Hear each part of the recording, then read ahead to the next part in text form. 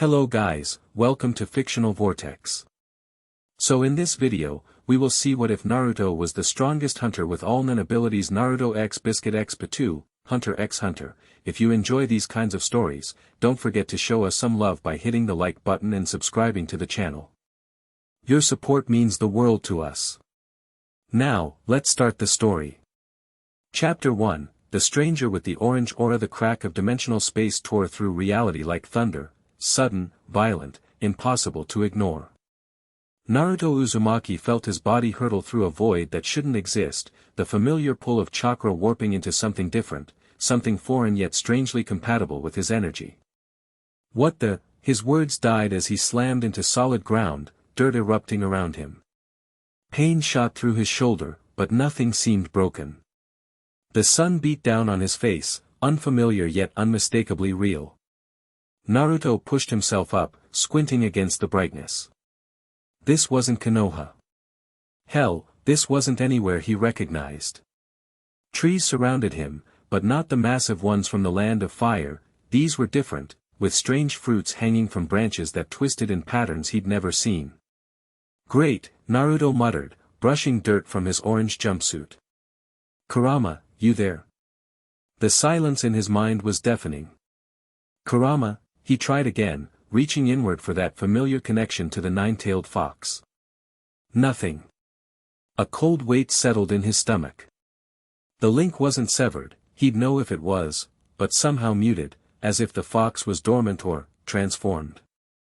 He could still feel chakra flowing through his system, but it felt different, wilder, less constrained, yet somehow more focused. Okay, first things first. Naruto formed a familiar hand sign. Shadow Clone Jutsu. Energy surged through his body, familiar yet different. Instead of the pure blue chakra he was used to, his body glowed with a strange orange-golden aura that seemed to pulse with possibilities. 5 perfect clones popped into existence around him. Whoa, one clone said, examining his hands. Something's different. Yeah, but we still work, another replied, throwing a practice punch. That's what matters. Naruto dispersed the clones with a wave. Whatever had happened to his chakra, it still responded to his commands, maybe even better than before. Time to figure out where the hell I am. He leaped into the trees, moving with practiced ease despite the unfamiliar terrain. The forest gave way to a small town within minutes, nothing like the villages back home. Buildings of concrete and steel replaced the wooden structures he knew, and strange mechanical vehicles rolled down paved streets. Naruto perched on a rooftop, taking in the scene below. People walked about their business, dressed in clothes that weren't too different from civilian wear back home, though the styles seemed odd. A newspaper stand caught his eye. He dropped down, ignoring the startled look from a passerby, and grabbed a copy. Hey! You gotta pay for that, the vendor shouted. Naruto blinked, reaching for his pocket only to realize he had no local currency. Sorry, I just needed to check something. The date meant nothing to him, but the headlines did. Something about Hunter Association and license exam results. None of the place names registered, no mention of the 5 great nations, no reference to Konoha or any familiar landmark. I said pay up or put it back. Sorry. Naruto returned the paper and backed away, mind racing. Dimensional travel wasn't just theory anymore, he was living it. Somehow, that last battle, that last jutsu. A commotion down the street interrupted his thoughts. 3 men were cornering someone in an alley, typical thugs by the look of them. None of my business, Naruto muttered, then sighed. Who am I kidding? He was in the alley in seconds, landing between the thugs and their victim, a young woman clutching a bag to her chest. 3 guys against 1 girl. Real brave, Naruto said, crossing his arms. The biggest thug, a bald man with tattoos snaking up his neck, stepped forward. Walk away, blondie.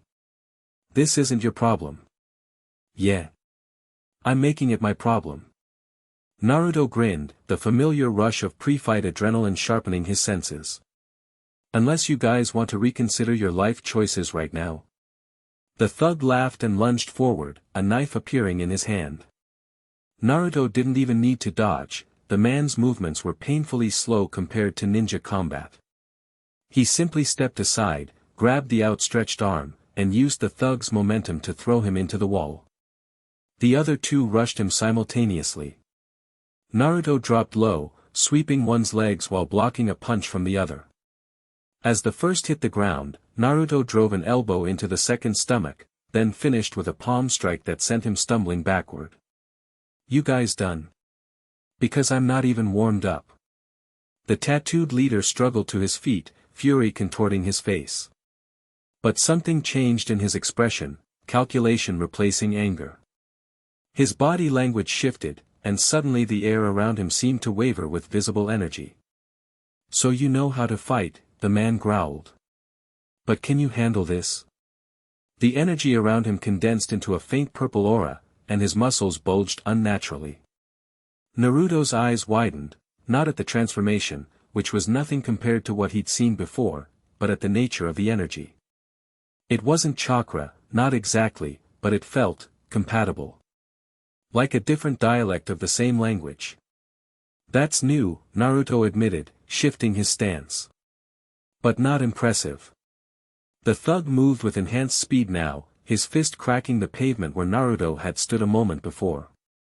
Faster, stronger, but still too predictable. Naruto flipped over him, channeling his own energy, his altered chakra responding instantly, amplifying his movements. What the thug stared as Naruto's body lit up with that orange-golden aura. You're a nin user. Naruto didn't know what nen was, but he recognized an opening when he saw one. He closed the distance in a flash, his aura-enhanced fist connecting with the thug's jaw. The man flew backward, crashed through a wooden crate, and lay still. His companions scrambled to their feet and ran. That's right. Run away. Naruto called after them, then turned to the woman. You okay? She nodded, eyes wide. Thank you, but your aura. It's unlike anything I've seen. Are you a hunter? A what now? The woman gave him a strange look. A hunter. With that kind of nen, you must be. Before Naruto could respond, slow clapping echoed through the alley. A small figure stood at the entrance, a young girl with pink pigtails wearing a frilly dress that seemed out of place in the dingy surroundings. Despite her childlike appearance, something in her eyes made Naruto instantly wary. Impressive, she said, her voice higher than he expected.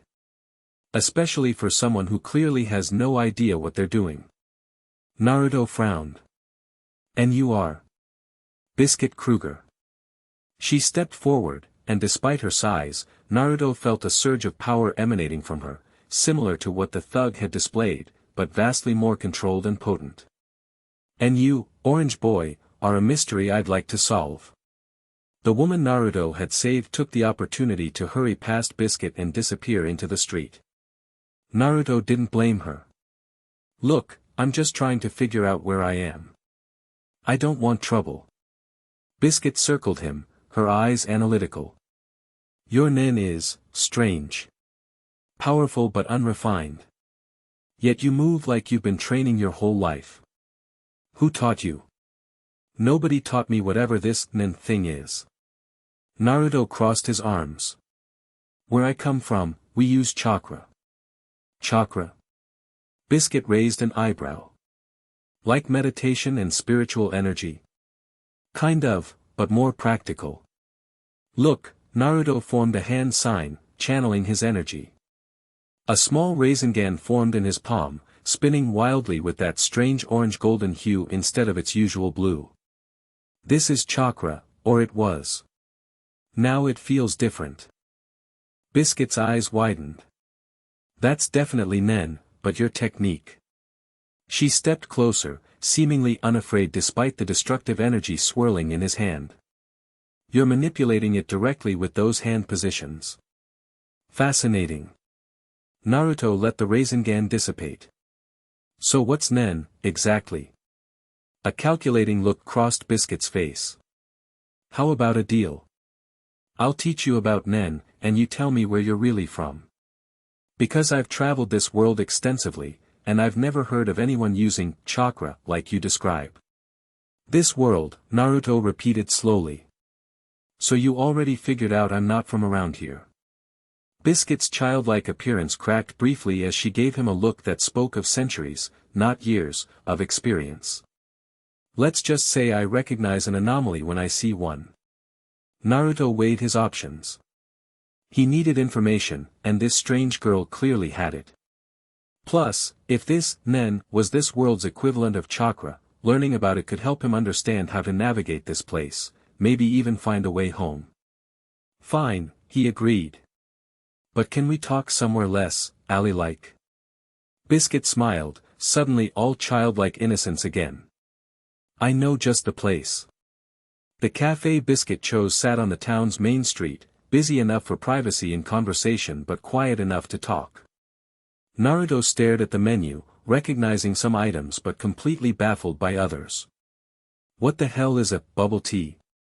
Biscuit ordered for both of them, then leaned forward once the waiter left. So, before we start, name? Naruto Uzumaki. Unusual name. Matches your unusual aura. She took a breath. I'll be direct. Your Nen has qualities I've never seen before, and I've been studying it for a very long time. It's like you're using all 6 types simultaneously. 6 types of Nen. Enhancement, emission, manipulation, conjuration, transmutation, and specialization. She studied his blank expression. You really don't know, do you? Naruto shook his head. Where I come from, chakra is about combining physical and spiritual energy. Different jutsu use different elements, earth, water, fire, wind, lightning. Interesting overlap, Biscuit mused. But not quite the same. Nen is life energy, everyone has it, but few learn to use it consciously. Their drinks arrived, something cold and sweet with strange pearls at the bottom for Naruto, and a delicate tea for Biscuit. Naruto took an experimental sip and his eyes widened. This is good. He sucked eagerly through the straw. Biscuit waited for him to finish before continuing. Most people can only master 1 or 2 Nen types fully, the ones that align with their natural affinity. Yet when you fought, I sensed all 6 flowing through you equally. Is that not normal? It's impossible. Biscuit's voice dropped. Unless you're not from this world at all.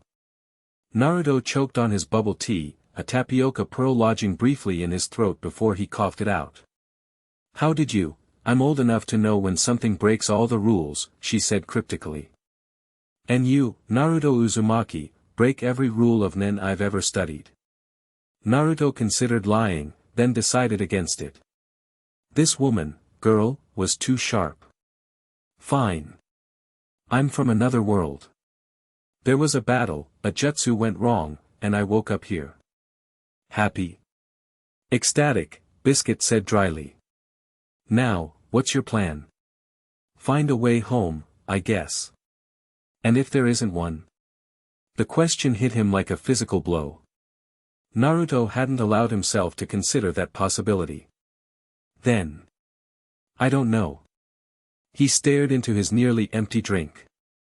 Adapt? That's what I've always done. Biscuit nodded, something like approval in her eyes. Good answer.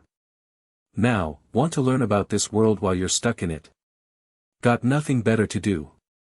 First lesson, in this world, the most freedom and resources belong to hunters. She pulled out what looked like a license card. Professional adventurers, essentially. With this, you can go almost anywhere, access restricted information, and, most importantly for you, research unusual phenomena. Like dimensional travel. Precisely. Naruto leaned forward, interest piqued. How do I get one? You take the hunter exam. It's brutal, people die every year attempting it. But with your abilities. She shrugged. You'd probably find it simple. When's the next exam? Officially? Months away. Biscuit smiled slyly. Unofficially? I know some people. The Hunter Association has been experimenting with supplementary exams for special cases. Your unique abilities might qualify you. What's the catch? Smart boy. Biscuit sipped her tea. I want to study how your chakra interacts with Nen. And in return, I'll help you understand this world and potentially find a way back to yours. Naruto considered the offer. It seemed reasonable, and he needed allies in this strange place. Deal. Biscuit extended her small hand. Then let's begin your crash course in becoming a hunter.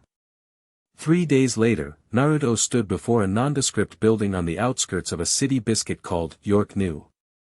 The journey had been enlightening, trains and airships instead of running through forests, technology that rivaled some of the more advanced hidden villages, and a world map that bore no resemblance to his own. Remember, Biscuit said beside him, this special exam will test different aspects of hunter aptitude. Combat is just one part. Got it. Be smart, not just strong.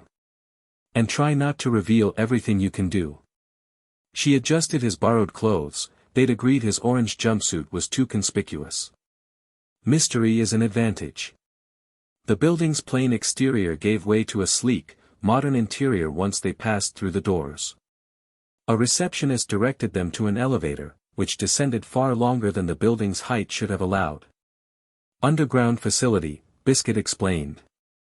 The Hunter Association values security. The elevator opened into a large chamber where about 20 other candidates waited. They ranged from ordinary-looking people to obvious warriors, all eyeing each other with varying degrees of suspicion. A tall man with glasses and a severe expression approached them. Biscuit Kruger. The chairman said you might appear with a special candidate. This is Naruto Uzumaki, Biscuit said. He has unique abilities that qualify him for the special exam format. The man studied Naruto, then nodded curtly. I'm Terrence, one of the examiners. The test begins in 10 minutes. As he walked away, Naruto scanned the room. Any advice on the competition? See the woman with the sword? Biscuit nodded toward a stern-faced fighter in the corner. Former military, likely excellent at enhancement Nen. The twins by the water cooler are probably manipulators, watch for them controlling objects or people. The old man reading is the most dangerous, he's hiding his true strength. Naruto absorbed this information, categorizing potential threats. It reminded him of the Chunin exams, sizing up unknown opponents before the fighting began. A chime rang through the chamber, and Terrence stepped onto a raised platform. Welcome, candidates. This special hunter examination will consist of 3 phases, all conducted here today. Those who pass will receive a provisional hunter license, subject to confirmation after a 1-year probationary period. Murmurs rippled through the crowd. Phase 1, Information Gathering and Analysis. Screens lit up around the room, displaying complex scenarios. You will be presented with a case study. Identify the critical information, determine the best course of action, and explain your reasoning. You have 1 hour. Naruto approached a screen, heart sinking as a wall of text and images appeared. This wasn't his strength, Shikamaru would have breezed through it, but strategic analysis under pressure had never been Naruto's forte. He glanced at Biscuit, who had retreated to the examiner's area. She gave him an encouraging nod. The scenario involved a hostage situation in a remote village, with political complications and limited resources. Naruto read it twice, then began plotting his approach. If he treated it like a mission assignment.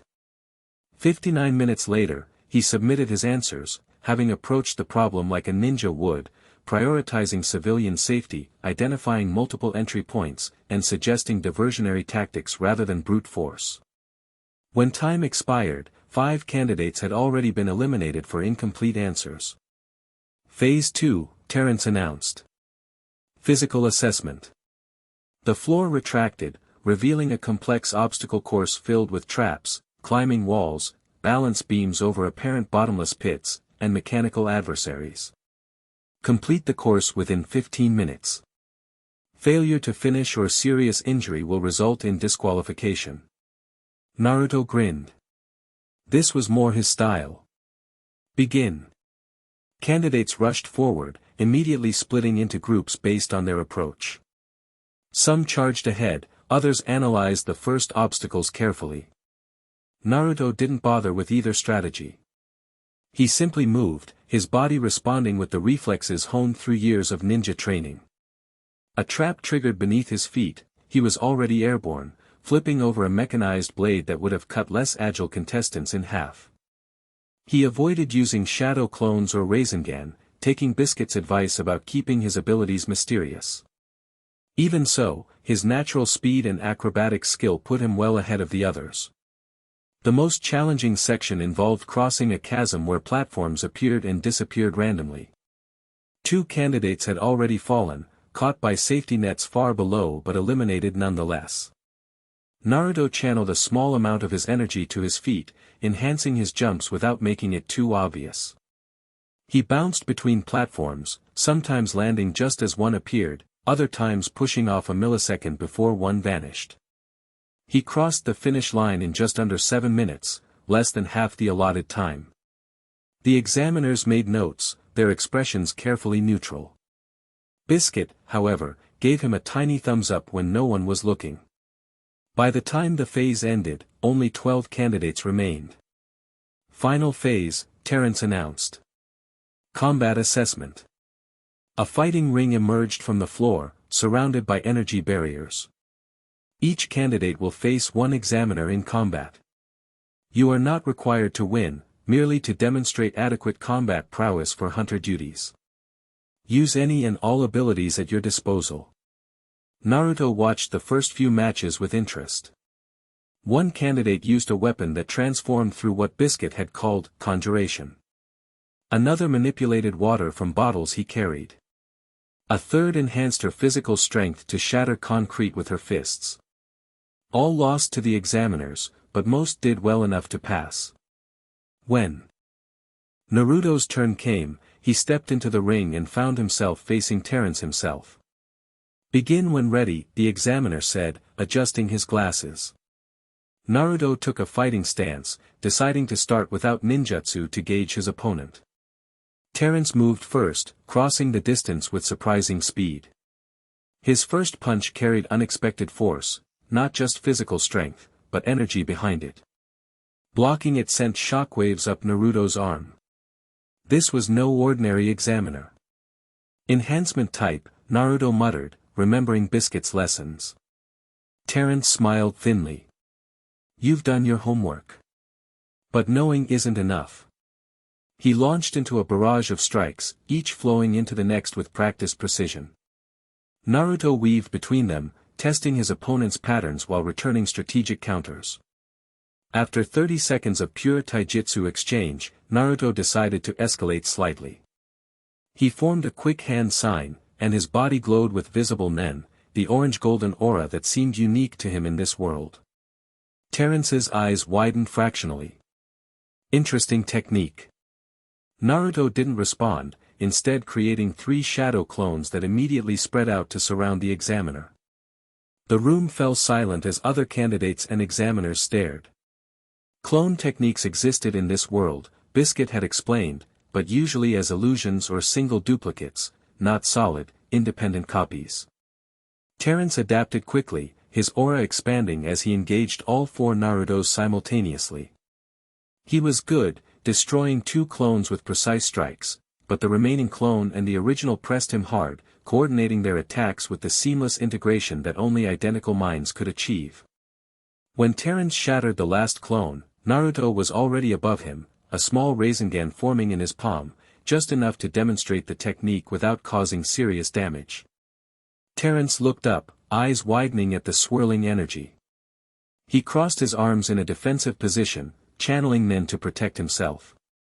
At the last moment, Naruto dispelled the Rasengan and instead landed with a simple axe kick that Terence blocked easily. Enough, the examiner called, stepping back. I've seen sufficient demonstration. Naruto lowered his hands, the glow fading from his body. Terence adjusted his glasses again, composure regained. Impressive restraint. You could have continued that attack.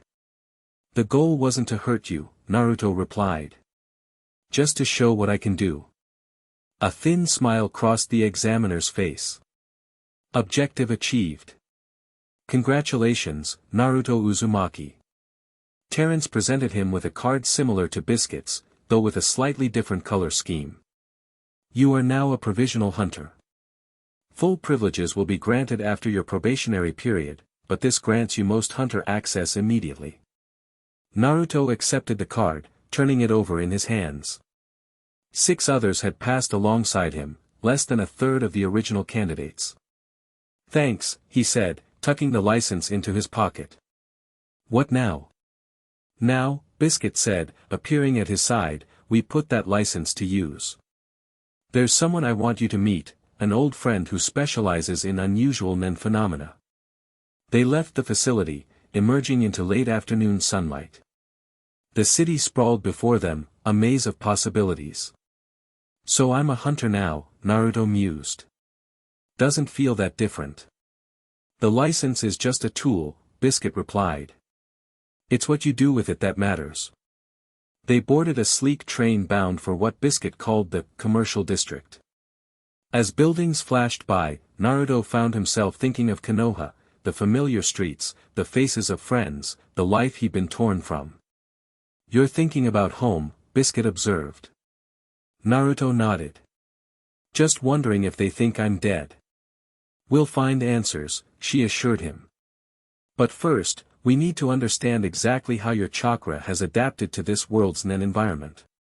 My friend Naruto studies dimensional theory, if anyone can help, it's him.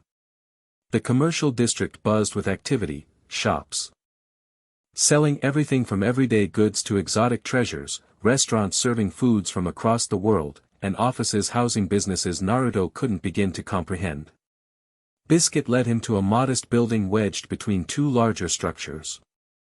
A small plaque beside the door read simply, Naruto Senji, Research Hunter. He's eccentric, Biscuit warned as she knocked, but brilliant. The door swung open to reveal a middle-aged man with wild gray hair and ink-stained fingers. His eyes lit up at the sight of Biscuit. Bisky. It's been years. He embraced her, then noticed Naruto. And who's this? New apprentice? Something like that. Naruto, this is Naruto Uzumaki. He has an unusual nen situation I thought you might help with. Naruto ushered them inside. The interior resembled a cross between a library and a laboratory, with books stacked precariously alongside strange equipment.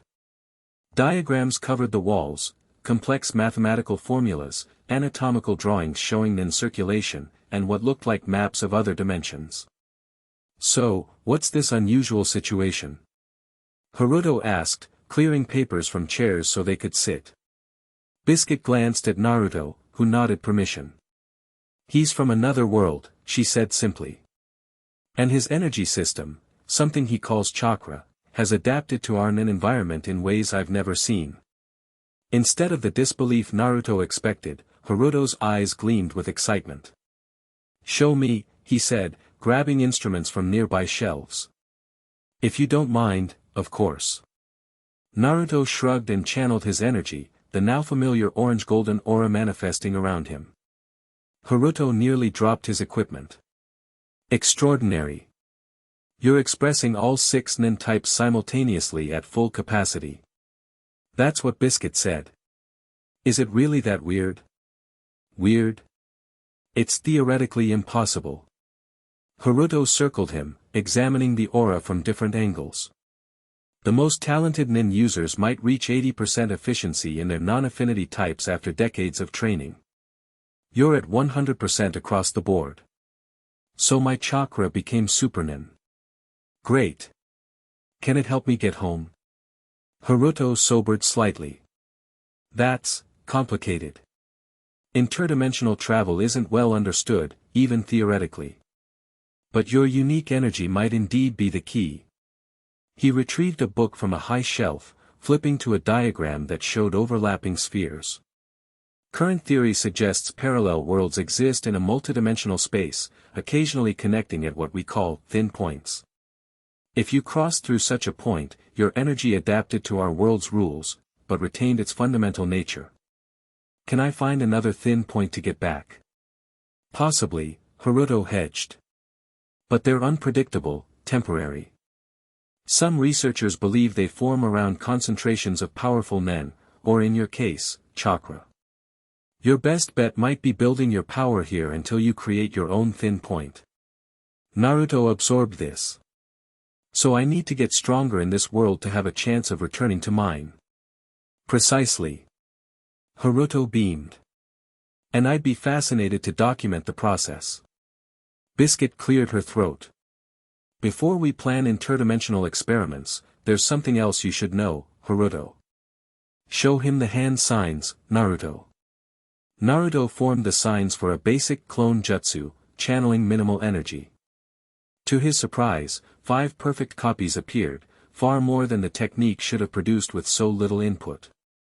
Naruto's jaw dropped. You're using physical gestures as nin conditions. That's revolutionary. Most nin users need years to develop effective conditions and limitations. What's the big deal about conditions? Naruto asked. Conditions and limitations are how nin users boost their power, Biscuit explained. The more restrictive the condition, the more powerful the ability. Your hand signs function as built-in conditions. They're not just conditions, Naruto interjected. They're a formalized system for energy manipulation. With proper study, we could potentially teach others to. A sharp knock interrupted him. Naruto frowned, checking his watch. Not expecting anyone, he muttered, moving to the door. A man in a dark suit stood outside, his posture rigid and formal. Professor Senji. The chairman requests your presence. Immediately. Naruto paled slightly. The association chairman? What about? The man's eyes flicked briefly to Naruto. Recent anomalies. I see. Naruto turned to Biscuit and Naruto. I need to go. Association business. Biscuit stood. This is about Naruto, isn't it? The messenger remained expressionless. The chairman would like to speak with all of you, actually. A car is waiting. Naruto tensed, hand instinctively moving to his weapon pouch, which he'd left behind on Biscuit's recommendation.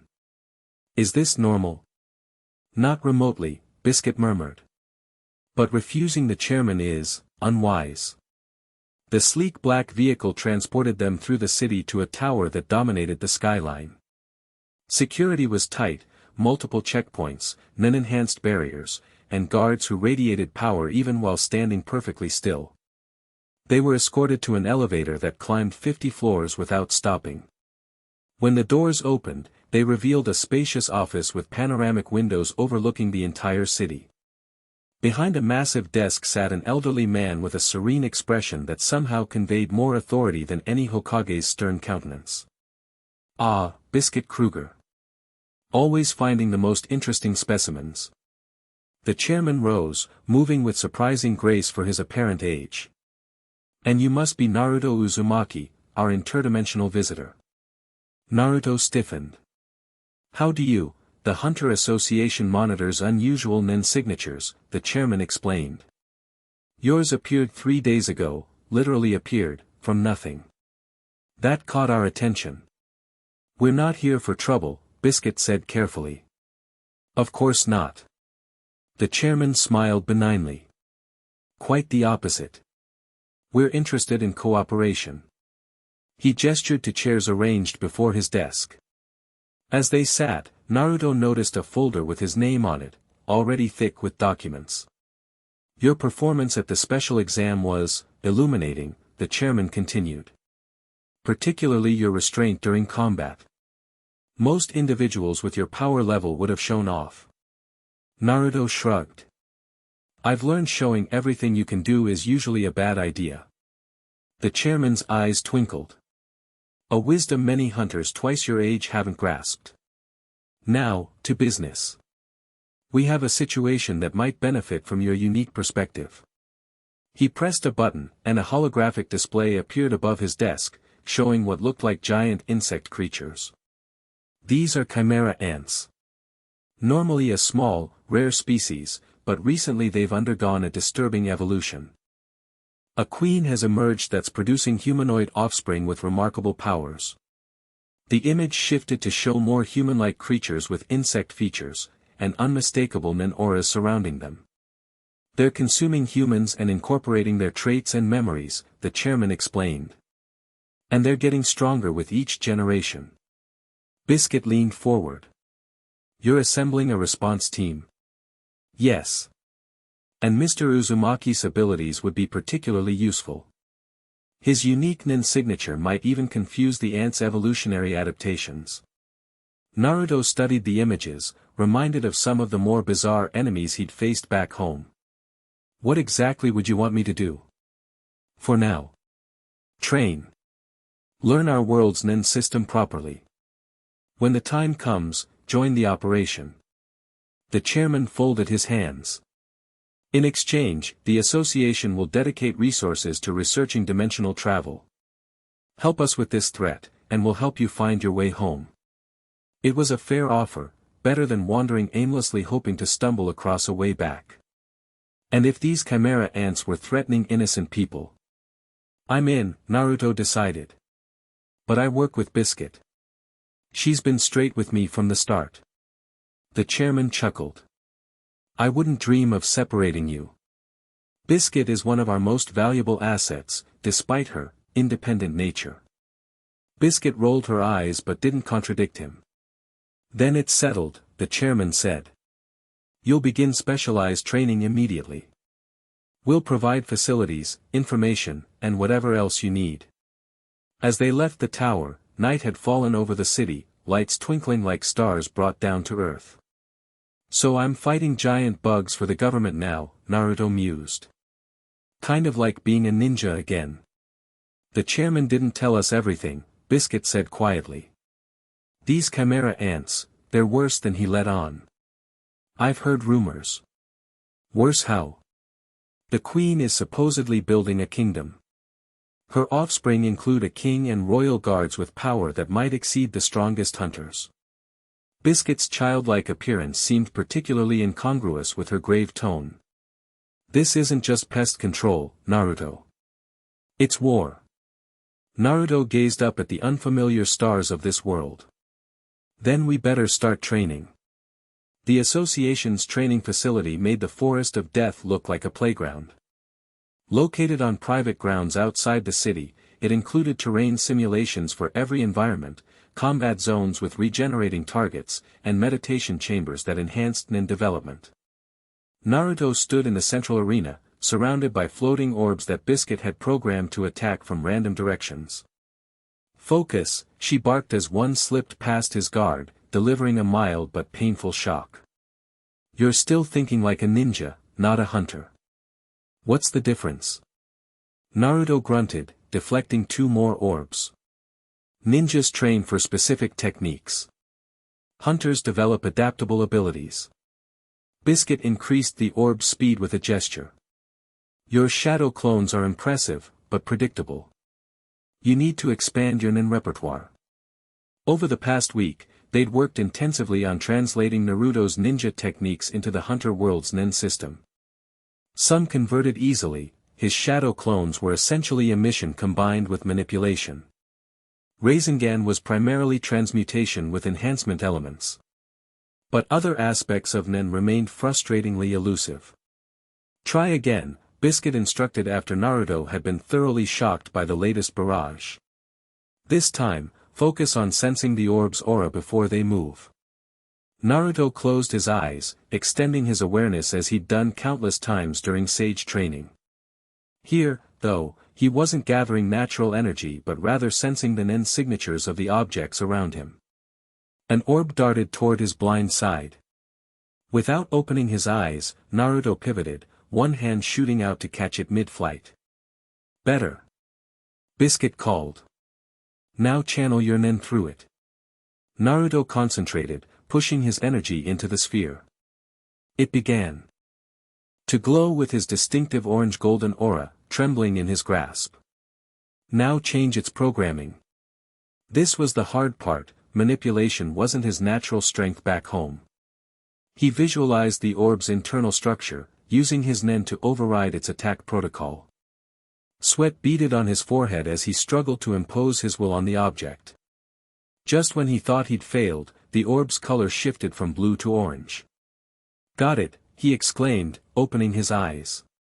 The orb hovered obediently before him. With a thought, Naruto sent it streaking toward the others, which scattered in apparent confusion. Biscuit slow clapped. "Congratulations. You've just managed what takes most nin users months to master." "I had a good teacher," Naruto grinned. "Flattery will get you everywhere." Biscuit deactivated the training program. "But we're still just scratching the surface. Your ability to use all 6 nin types equally is unprecedented. We need to develop techniques that capitalize on that advantage." Their training sessions grew more intense over the following days. Mornings focused on nin theory and control exercises. Afternoons were combat practice against increasingly challenging opponents, sometimes Biscuit herself, sometimes other hunters brought in specifically to test Naruto's adaptability. During one particularly grueling session, Biscuit finally revealed her true form, transforming from a young girl into a muscular woman of imposing height and strength. "You've been holding back on me," Naruto accused, dodging a punch that shattered the floor where he'd stood. "Everyone has secrets," Biscuit replied, her voice deeper in this form. "I needed to see how you'd handle a surprise transformation." Their sparring match that day ended in a draw, Naruto's shadow clones and Rasengan variants against Biscuit's centuries of combat experience and her devastating nin ability, piano massage. As they cooled down afterward, Biscuit returned to her preferred childlike appearance. "You've improved dramatically," she noted. "But there's something we haven't addressed yet." "What's that?" "Your tailed beast." Naruto froze. "How did you?" "I can sense it," Biscuit said simply. "Something dormant within your nen, powerful, ancient, and definitely not human. It's been adapting to this world's energy system, just as you have." Naruto closed his eyes, reaching inward for that familiar connection. Where there had been silence since his arrival, he now felt a faint stirring, like Kurama was sleeping deeply rather than completely absent. "He's still there," Naruto confirmed. "But different. I can't access his power the way I used to. Perhaps that's for the best, for now."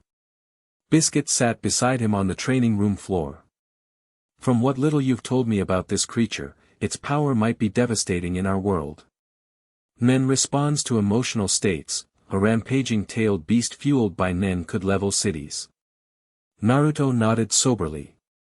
"Back home, we had sealing techniques specifically designed to contain bijou power. Here we'll need to develop new methods," Biscuit finished. "But that's a project for another day. For now, focus on mastering what you can control."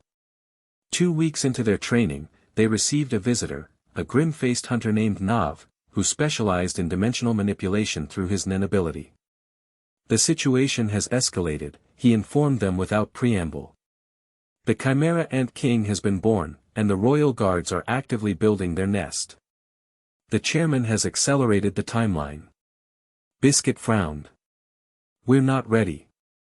Naruto's still adapting to, ready or not, we move in 3 days." Nav adjusted his glasses. "I've been tasked with transportation. You'll rendezvous with the other team members at these coordinates." He handed Biscuit a sealed envelope. "Detailed briefing will occur on site." After he departed, Naruto punched a training dummy hard enough to send it flying across the room. 3 days isn't enough. It'll have to be. Biscuit tore open the envelope, scanning its contents. "This is worse than I thought. The nest is in East Gorto, a militarized, isolated nation. And the king has apparently taken control of the government. So we're fighting giant bugs and a dictatorship." The dictatorship is the least of our concerns. Biscuit handed him the mission parameters. The royal guards alone have nin capabilities that rival our top hunters. And the king, his power level is off the charts. Naruto studied the document, focusing on the images of their primary targets. The royal guards, Neferpitou, Sheapuf, and Menthithiyupi, resembled humanoid versions of a cat, butterfly, and some sort of muscle-bound ogre, respectively. All three radiated malevolent power even in still photographs. The king, newly born but already fully developed, combined elements of all three with a distinctly reptilian appearance. His nin signature, measured from a distance, exceeded anything Naruto had encountered in this world. Reminds me of fighting Kaguya, Naruto muttered. Godlike power in a barely human package. You've faced enemies this strong before. Similar enough. Naruto rolled up the document. But back then, I had Sasuke, Kakashi-sensei, and Sakura. A team I'd trained with for years, not weeks. Biscuit placed a hand on his shoulder, a rare gesture of physical comfort from the typically business-like hunter. You won't be alone. The association is sending its strongest, including me. Their final days of preparation focused on integration rather than new techniques, ensuring Naruto could coordinate seamlessly with other hunters whose abilities complemented his own. They ran simulations against Chimera Ant combat data, developed contingency plans, and packed specialized equipment. The night before departure, Naruto stood on the facility's roof, gazing at the stars and thinking of home. Can't sleep. Biscuit joined him, for once not offering training advice or strategic suggestions. Just wondering what Kurama would say about all this, Naruto replied. He'd probably tell me I'm being an idiot for fighting someone else's war when I should be focusing on getting home. And what would you tell him? Naruto smiled faintly. That I can't walk away from people who need help. Never could. It's my ninja way. Then you're already a true hunter, Biscuit said. Because that's what the best of us do, we hunt not just for ourselves, but for others who can't. As dawn broke, they gathered their gear and met Nav at the designated location, an unremarkable warehouse on the city outskirts. Is everyone here? Nav surveyed the small group, which included Biscuit, Naruto, and 3 other hunters Naruto had trained with briefly. Good. We travel through my hide-and-seek ability. He placed his hand against an empty wall, and a door materialized, a dimensional portal leading to what appeared to be a spacious room with multiple exits. This is my nin space, Nav explained. Each exit connects to a location near our target. We'll use it as our base of operations and extraction point if things go wrong. One by one, they stepped through the portal into the interdimensional room. As Naruto crossed the threshold, he felt a strange resonance, his unique nin chakra responding to the dimensional manipulation in ways the others couldn't perceive. Interesting reaction, Nav noted, observing Naruto's aura fluctuate. Your energy seems particularly sensitive to spatial distortion. Is that useful? Potentially. It might help you sense the thin points your friend Haruto mentioned. Nav gestured to one of the exits. This will take us to our rendezvous with the main team. Once there, maintain complete Zetsu, nin concealment, until instructed otherwise. The Royal Guard Neferpitou has extraordinary sensory nin, that can detect us from kilometers away. Biscuit gave Naruto a reassuring nod. Remember your training. Adapt, observe, and when the time comes, strike decisively, Naruto finished. Got it. They passed through the designated exit into a dense jungle. The humidity hit Naruto like a physical wall after the controlled environment of Nav's nin space. A small group awaited them, serious-faced hunters with battle-hardened expressions. At their center stood a diminutive figure with white hair who radiated such intense power that Naruto instantly knew who he was. Chairman Netero, Biscuit greeted with unusual formality. We've arrived as requested. The old man nodded, his eyes finding Naruto with laser-like focus. Ah, our interdimensional friend. I've heard promising reports of your progress. I'm ready, Naruto stated, meeting the chairman's gaze directly. A slight smile crossed Netero's face. We shall see. The true test begins now. As the group assembled for their final briefing, Naruto felt a familiar sensation, the pre-mission tension he'd experienced countless times as a Konoha ninja. Different world, different enemies, but the same determination filled him.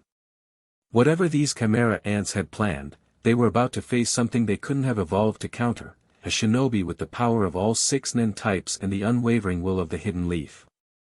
The hunt was on. Chapter 2, The Hunter and the Shinobi. The East Gorto jungle pulsed with life and danger.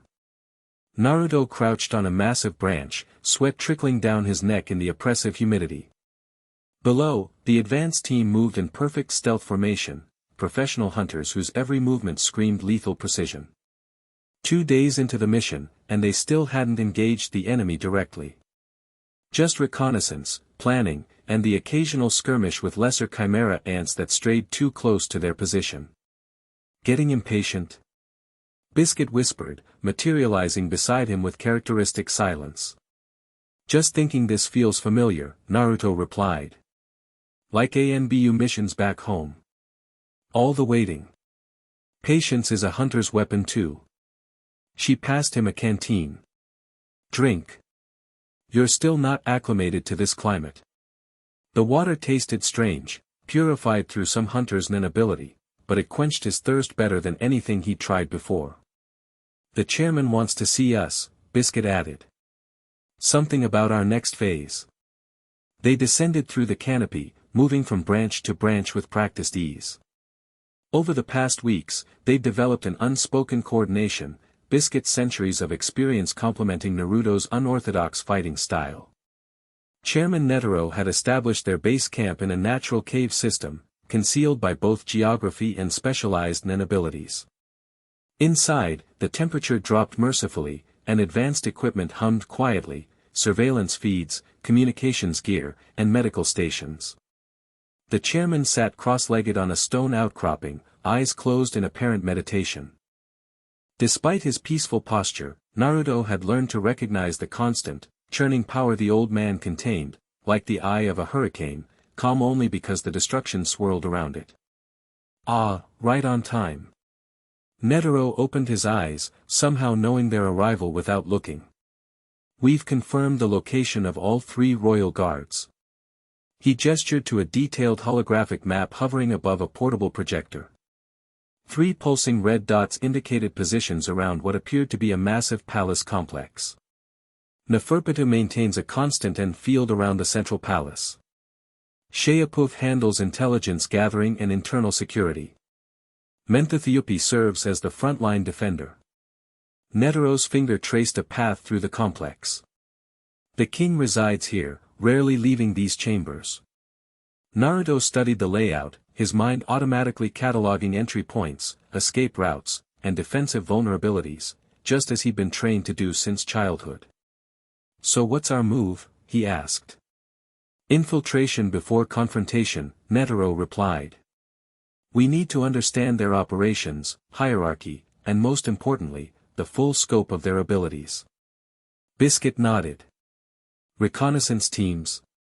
Yes. And I want Naruto on Team Alpha. Netero's eyes fixed on the young shinobi. Your shadow clones provide unique intelligence-gathering capabilities.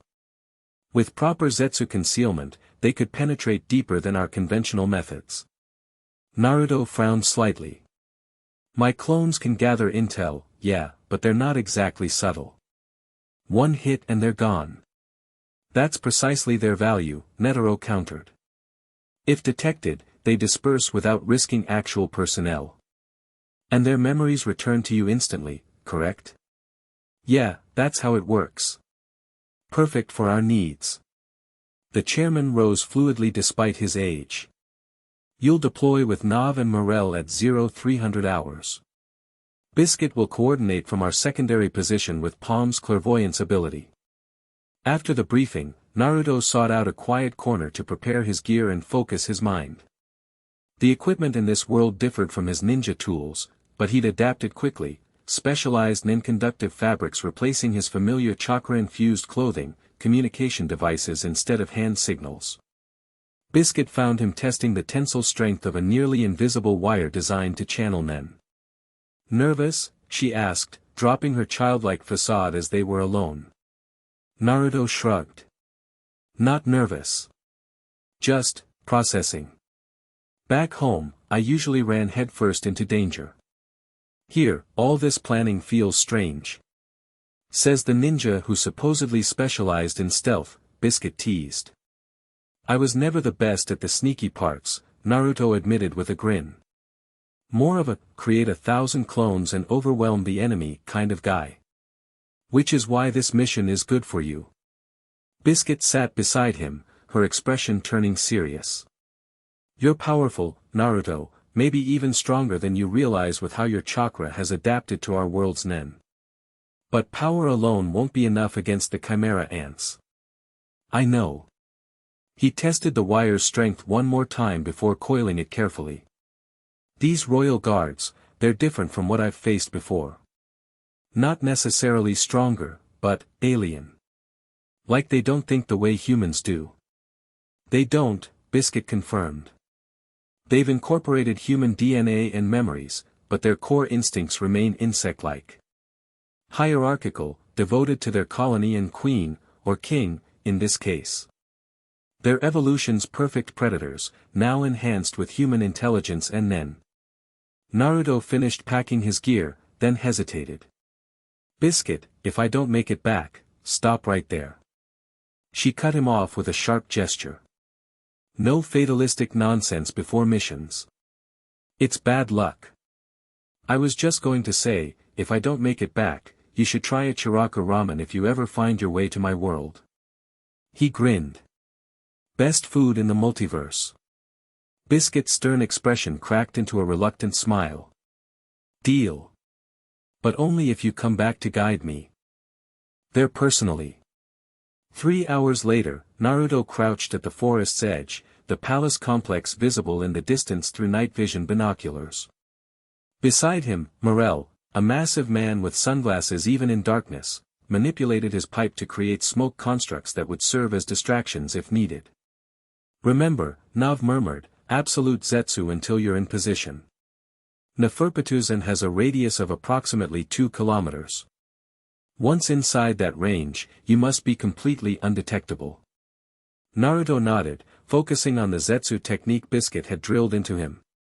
Unlike chakra suppression, which he'd learned as a genin, Zetsu required completely shutting down one's aura flow, becoming, for all intents and purposes, Nen invisible. "I'll create entry points here, here, and here." Nav indicated 3 locations on a handheld map. "Each door will remain open for exactly 30 seconds, use them or lose them." "Got it." Naruto closed his eyes briefly, centering himself. "I'm ready." They moved silently through the undergrowth, using natural cover and the ambient sounds of nocturnal wildlife to mask their approach. At precisely 0317 hours, they reached the first insertion point, a maintenance tunnel that ran beneath the outer palace grounds. Nav placed his hand against the tunnel entrance, and a dimensional door materialized. 30 seconds, he whispered. Naruto slipped through, emerging in a dimly lit corridor that smelled of damp stone and something faintly chemical. The door vanished behind him, leaving him alone in enemy territory. "All right," he breathed, maintaining perfect Zetsu. "Let's do this." He moved through the corridor with the silent efficiency taught to every Konoha shinobi, keeping to shadows and avoiding the occasional palace staff, humans who moved with the vacant expressions of those under mental control. When he reached the first designated observation point, a ventilation junction overlooking what appeared to be a laboratory, Naruto formed the hand signs for his shadow clone jutsu, careful to use the absolute minimum Nin required. 5 clones materialized silently, each maintaining Zetsu with the same discipline as the original. With hand signals, Naruto directed them to different reconnaissance targets before continuing toward his own objective, the central administration area where intelligence suggested Sheapuf often worked. The palace's interior was a disorienting blend of traditional East Gorto architecture and bizarre biological modifications. Webbing-like structures connected columns, and what appeared to be organic technology pulsed in certain junctions. The deeper he penetrated, the more alien it became. Naruto froze as a presence washed over him, powerful, predatory, and unnervingly focused. He pressed himself into an alcove as a figure glided past an intersection ahead. Sheapoof. The butterfly-like royal guard moved with eerie grace, his wings folded against his back, golden hair catching the dim light. Even at a distance, his nin aura radiated malevolent intelligence.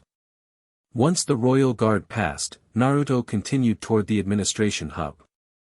He slipped into a massive room filled with documents, computers, and strange organic terminals where controlled humans worked in silent efficiency.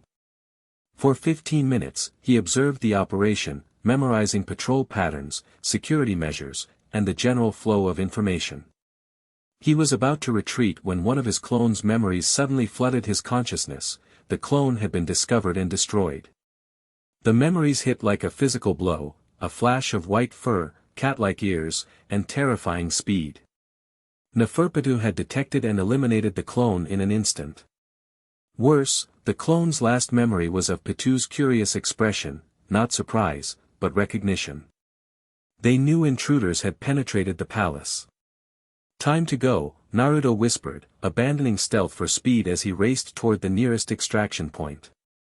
Alarms blared throughout the complex. Controlled humans mobilized with unnatural coordination, and the sense of rising nen from multiple locations told Naruto all three royal guards were now on alert. He rounded a corner and came face to face with a squad of humanoid ants, soldier class, based on their appearance. They registered his presence with insect-like clicks before charging. No time for subtlety. Naruto's zetsu dropped as he summoned his shadow clones, 20 this time, filling the corridor with orange jumpsuit fighters.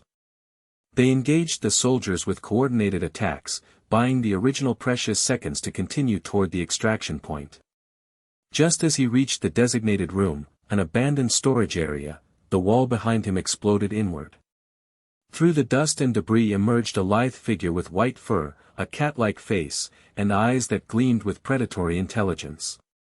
"Found you," Pitou purred, their voice disconcertingly playful. "Such interesting prey." Naruto turned slowly, maintaining combat readiness while assessing his opponent. The royal guard's nin dwarfed anything he'd felt from the soldier ants, a vast, oppressive pressure that would have paralyzed lesser fighters. "I'm just the scout," Naruto said, buying time as he sensed Nav preparing to open the dimensional door behind him. The real threat's still coming. Pitou tilted their head, curiosity evident in their feline features. "Your aura, it's different. Not human, not ant. What are you? Just a guy who's in the wrong place at the wrong time." "I don't think so." Pitou took a step forward, their movement so fluid it barely registered as motion until they'd halved the distance between them. "You smell like a different world." That statement froze Naruto momentarily. How could they possibly know? The momentary distraction nearly cost him everything. Pitou launched forward with blinding speed, claws extended toward his throat. Only Naruto's battle-honed reflexes saved him. He substituted with a nearby crate, the technique adapted to use nin rather than chakra. Pitou's claws shredded the crate instead of Naruto's flesh, sending splinters flying across the room. "Interesting trick," they commented, seemingly delighted rather than frustrated. "Show me more." No choice but to fight. The extraction point needed another 40 seconds to activate, according to the mission parameters. "Fine," Naruto muttered. "Let's dance." He formed a Rasengan in each hand, the orange-golden energy swirling with destructive potential. Pitou's eyes widened with genuine interest. "Beautiful," they whispered. Naruto charged, using the Rasengans as both weapons and distractions. Pitou dodged the first with inhuman flexibility, their body bending at impossible angles. The second Rasengan grazed their shoulder, tearing through the fabric of their uniform and drawing a thin line of blood. Pitou responded with a kick that shattered the floor where Naruto had stood a split second earlier. The force of it sent shock waves through the entire room, collapsing part of the ceiling. They exchanged blows at speeds that would have rendered them invisible to normal humans, Naruto's shinobi training against Pitou's evolutionary perfection. Each impact released bursts of nen that scorched the walls and floor. "You're holding back," Pitou observed during a momentary pause as they circled each other. "Why? This isn't the place for going all out," Naruto replied honestly. "Too much collateral damage." Pitou's smile widened, revealing sharp teeth. "How considerate. The king would find you interesting." "Not interested in meeting him, thanks." It wasn't an invitation. Pitou lunged again, this time with an ability that manifested as puppet strings from their hands, Terpsichora, though Naruto wouldn't learn its name until later. The strings enhanced Pitou's already formidable physical abilities, making their movements even faster and more unpredictable. A claw raked across Naruto's cheek, drawing blood. He countered with a kick that connected solidly with Pitou's midsection, sending the royal guard crashing into a wall with enough force to break through to the next room. The dimensional door began to form behind him, right on schedule. Pitou emerged from the rubble, dust coating their white fur, but entirely unhurt by the impact. Their expression had changed, the playfulness replaced by focused intensity. "You're stronger than you appear," they said, their voice losing its sing-song quality. "I won't underestimate you again." The door fully materialized. Naruto backed toward it, maintaining eye contact with Pitou. "We'll finish this another time," he promised. "Oh, we certainly will," the playfulness returned to Pitou's voice. "I've memorized your scent, stranger. There's nowhere in this world you can hide from me now." Naruto stepped through the dimensional door just as Pitou launched forward again. It closed instantly, cutting off the royal guard's pursuit.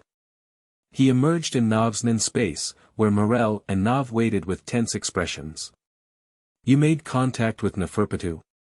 Nav asked immediately. "Yeah." Naruto touched the already healing cut on his cheek. "They're as strong as we thought. Maybe stronger." "And yet you're alive," Morel observed. "Few can claim to have faced a royal guard one-on-one and walked away." "It wasn't a real fight," Naruto clarified. "More like, sizing each other up." "Even so." Nav adjusted his glasses. "The data you and your clones gathered is invaluable. Let's return to base and compile a full report." Back at the command center, Naruto recounted his encounter while Biscuit examined his injuries. The shallow cut on his cheek had already healed, his accelerated recovery still functioning in this world, but deeper bruises from blocked impacts remained. "You're lucky," Biscuit commented as she applied a nen-enhanced salve to a particularly nasty contusion on his ribs. "Neferpitou has killed experienced hunters with a single blow." "I don't think they were trying to kill me," Naruto winced as the salve stung before soothing the pain. "They seemed more curious." "That tracks with what we know of Pitou," Chairman Netero said, joining their conversation. "Of the three royal guards, they show the most intellectual curiosity. Sheapuf is the strategist, Menthathiyupi the berserker, but Pitou is the experimenter." "They said something weird," Naruto mentioned. "About me smelling like a different world." "How would they know that?" The chairman and Biscuit exchanged glances. "The queen consumed humans with every kind of ability before giving birth to the royal guards," Netero explained. "It's possible she incorporated someone with dimensional sensitivity. Or they're just that perceptive," Biscuit added. "Enhanced senses combined with nen could theoretically detect subtle differences in your aura's fundamental nature." Naruto absorbed this information, recalling Pitou's curious, almost childlike fascination with his abilities. Despite their deadly nature, there had been something almost innocent in their desire to understand him. "What's our next move?" he asked. "We analyze the intelligence, adjust our strategy, and prepare for the next phase." Netero rose. "Get some rest, Uzumaki. You've earned it." Dawn broke over the jungle canopy, painting the mist with golden light. Naruto sat cross-legged on a rock outcropping above the hidden base, his posture reminiscent of the sage meditation he'd practiced back home. The past few hours had been a flurry of debriefings, strategy sessions, and medical checks. Now, finally alone, he sought to center himself and process what he'd learned about their enemies. The memories from his shadow clones had provided extensive intelligence, patrol routes, communication systems, defensive measures, and glimpses of each royal guard's abilities. But most valuable had been his direct encounter with Neferpitou. "Mind if I join you?" Naruto opened his eyes to find Biscuit approaching, still in her preferred childlike form despite no one else being present. "Free country," he replied with a shrug. "Or free jungle, I guess." She settled beside him with surprising grace for her apparent age. The chairman's impressed. Not many could face Pitou and walk away on their first encounter. Like I said, it wasn't really a fight. More like a preview. Still. Biscuit drew her knees to her chest, looking momentarily like the child she appeared to be. "It confirmed what we suspected, your unique energy makes you unpredictable to them. Your chakran and hybrid doesn't follow the rules they've evolved to counter." Naruto closed his eyes again, focusing on the warm sunlight on his face. "Back home, we faced enemies with godlike power. The Akatsuki, Madara, Kagaya. This feels different somehow." "How so?"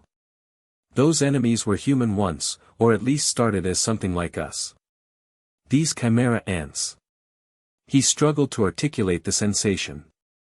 "It's like fighting something that sees the world through completely different eyes. Not just evil, but alien." "That's precisely what makes them dangerous," Biscuit agreed. "They think collectively, hierarchically. Human concepts like mercy or individual worth mean nothing to them." "I'm not sure that's entirely true."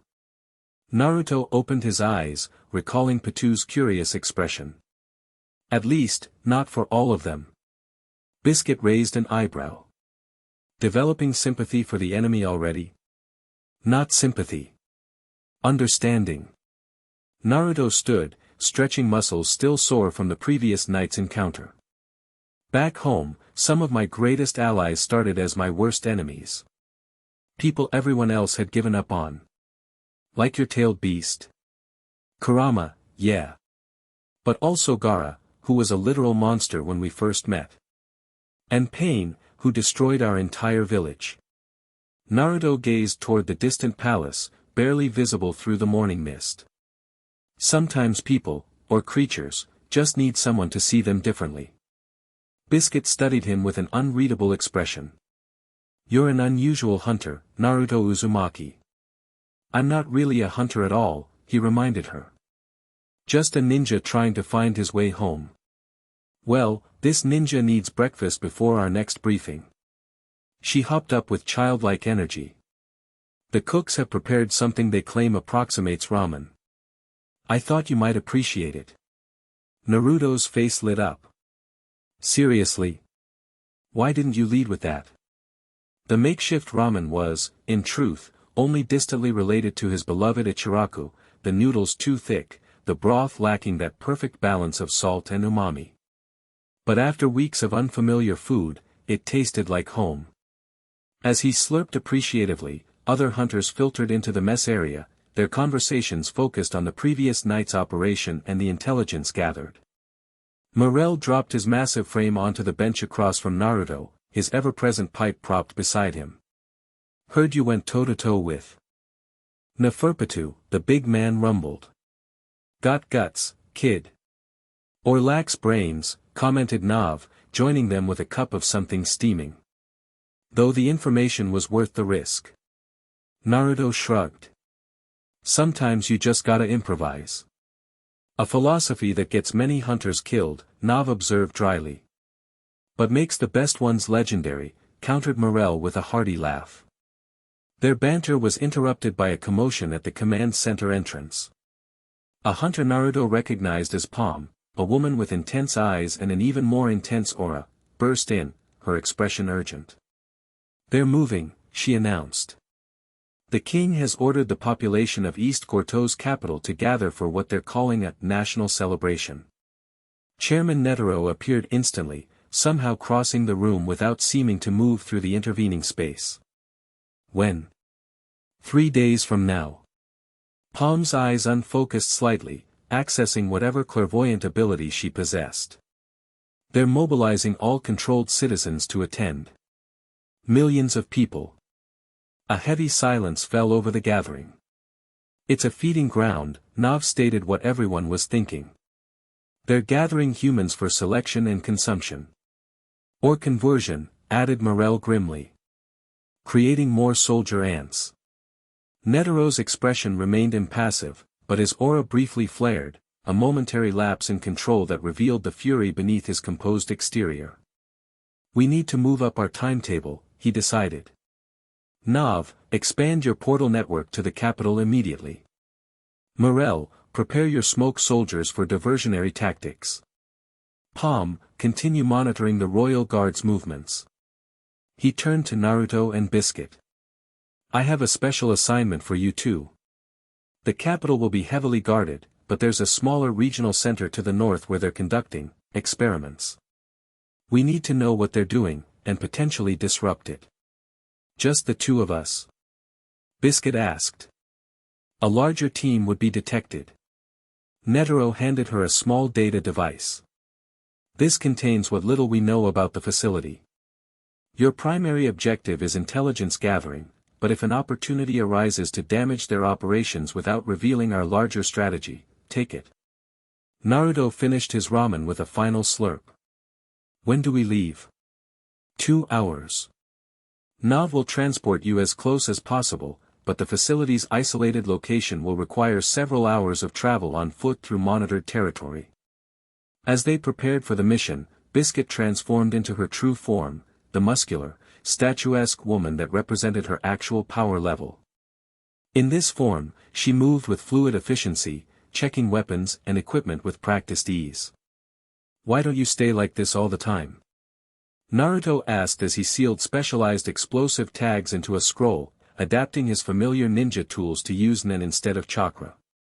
Several reasons, Biscuit replied without looking up from her inventory. Tactical advantage in being underestimated. Nen conservation. And. She hesitated almost imperceptibly. Personal preference. Naruto sensed there was more to that final reason but didn't press. Everyone had aspects of themselves they preferred to keep private, he certainly did. Will you be able to maintain this form if we encounter serious resistance? He asked instead. For approximately 72 hours of continuous combat, yes. She cinched a harness containing specialized hunter tools across her chest.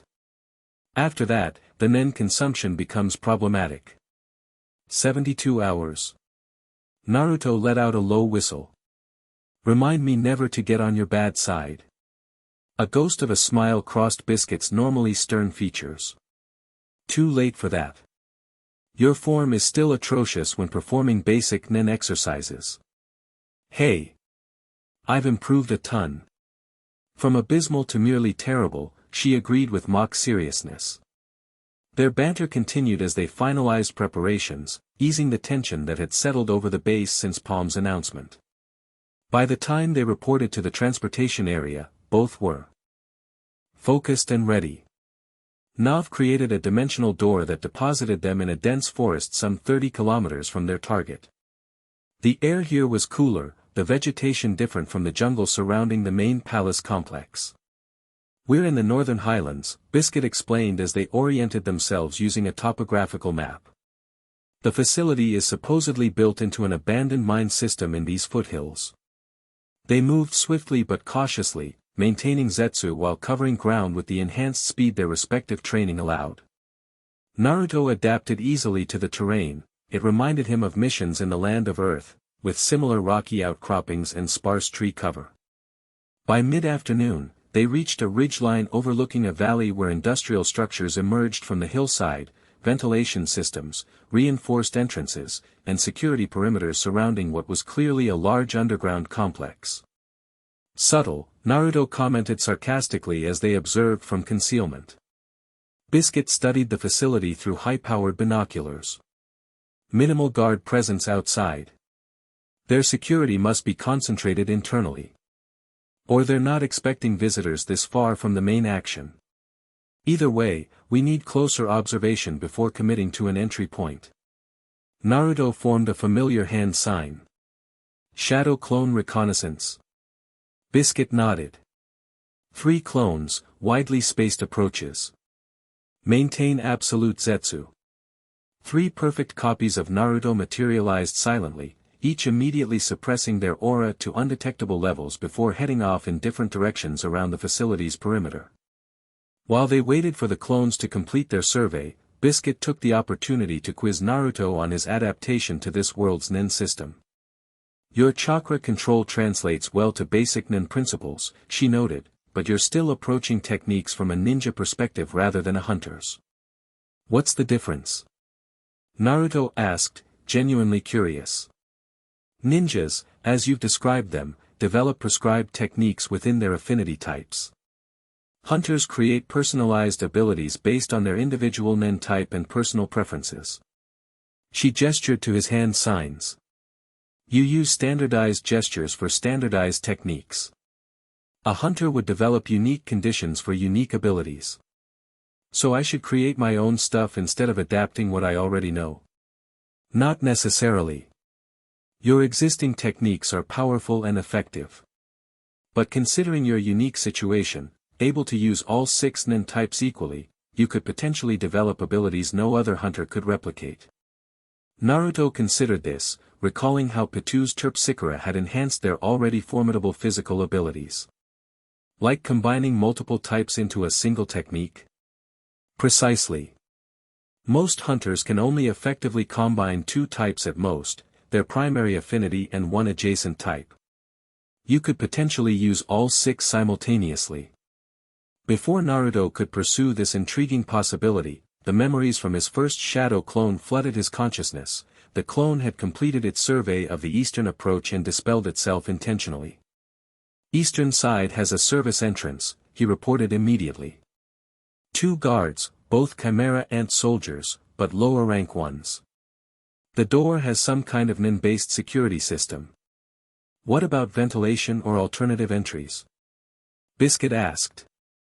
None visible on that side. Naruto stopped as the second clone's memories arrived. Wait. Northern face has maintenance tunnels for the ventilation system. Secured with physical locks rather than Nen. No visible guards, but there's some kind of alarm system. Better option, potentially. If we can, the third clone's memories interrupted, but not in the controlled manner of the previous 2. This clone had been discovered and destroyed violently. Naruto gasped as the chaotic final moments hit him. A large, rhinoceros-like chimera ant with officer markings had detected the clone despite its Zetsu, somehow sensing the minute disturbances in the air from its movement. More concerning was what the clone had witnessed before its destruction. Dozens of humans connected to strange machinery, their Nen being systematically extracted and collected in glowing containers. They're harvesting Nen, Naruto said grimly. From living humans. Some kind of forced awakening and extraction process. Biscuit's expression hardened. That changes our mission parameters. This isn't just intelligence gathering anymore, it's a rescue operation. The rhinoceros officer is strong, Naruto warned. Not royal guard level, but definitely dangerous. And there are at least 15 other combat-capable ants inside, based on what my clone saw. We'll need a diversion. Biscuit studied the facility again. How many shadow clones can you create while maintaining Zetsu? Maybe 20 at most. Any more and the collective Nen output would be detectable. That should be sufficient. She began sketching a rapid plan in the dirt between them. Your clones approach from the eastern entrance, loud, obvious, drawing attention. Meanwhile, we infiltrate through the northern maintenance tunnels, locate the harvesting chamber, and extract as many prisoners as possible. What about the containers of harvested Nen? Naruto asked. My clone saw at least 30 of them. Could be weapons, or food for the king, or something worse. Destruction objective, Biscuit decided after a moment's consideration. If we can't transport them, we ensure they can't be used. As dusk approached, they moved into position near the northern face of the facility. The maintenance access was exactly as Naruto's clone had reported, physically secured but lacking nin-based protections. Biscuit examined the locks with professional appreciation. Mechanical and electronic hybrid. Advanced for this world, but nothing special compared to some of the vaults I've opened. Her fingers moved with surprising dexterity for their size, manipulating tools so fine they seemed incongruous in her powerful hands. Within minutes, the locks disengaged with barely audible clicks.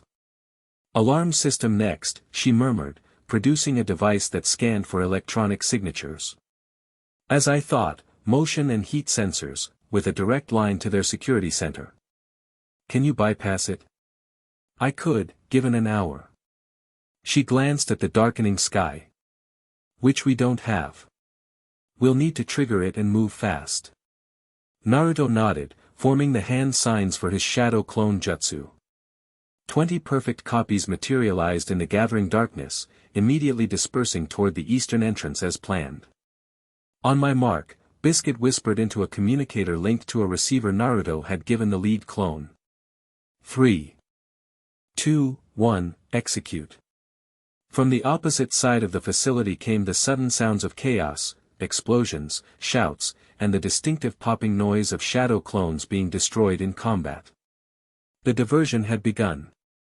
Biscuit yanked open the maintenance access, deliberately triggering the alarm. Move. They entered the tunnel at full sprint, Biscuit in the lead with Naruto close behind. The cramped passage was designed for maintenance workers, not combat-ready infiltrators, but they navigated it with practiced efficiency. First junction ahead, Biscuit called over her shoulder. Your clone's memories show the harvesting chamber 2 levels down from here. They descended through increasingly industrial sections of the facility. Alarm klaxons blared throughout the complex, but so far they'd encountered no resistance, all security personnel presumably responding to the eastern diversion. Through his connection to his shadow clones, Naruto monitored the diversion's effectiveness. The clones were putting on an impressive show, using smoke bombs, flash tags, and coordinated attacks to simulate a much larger force. Several had already been destroyed, but they'd successfully fixed the attention of most guards. Including, crucially, the rhinoceros officer. We've got maybe 5 minutes before they realize it's a diversion, Naruto updated as they reached the level containing the harvesting chamber.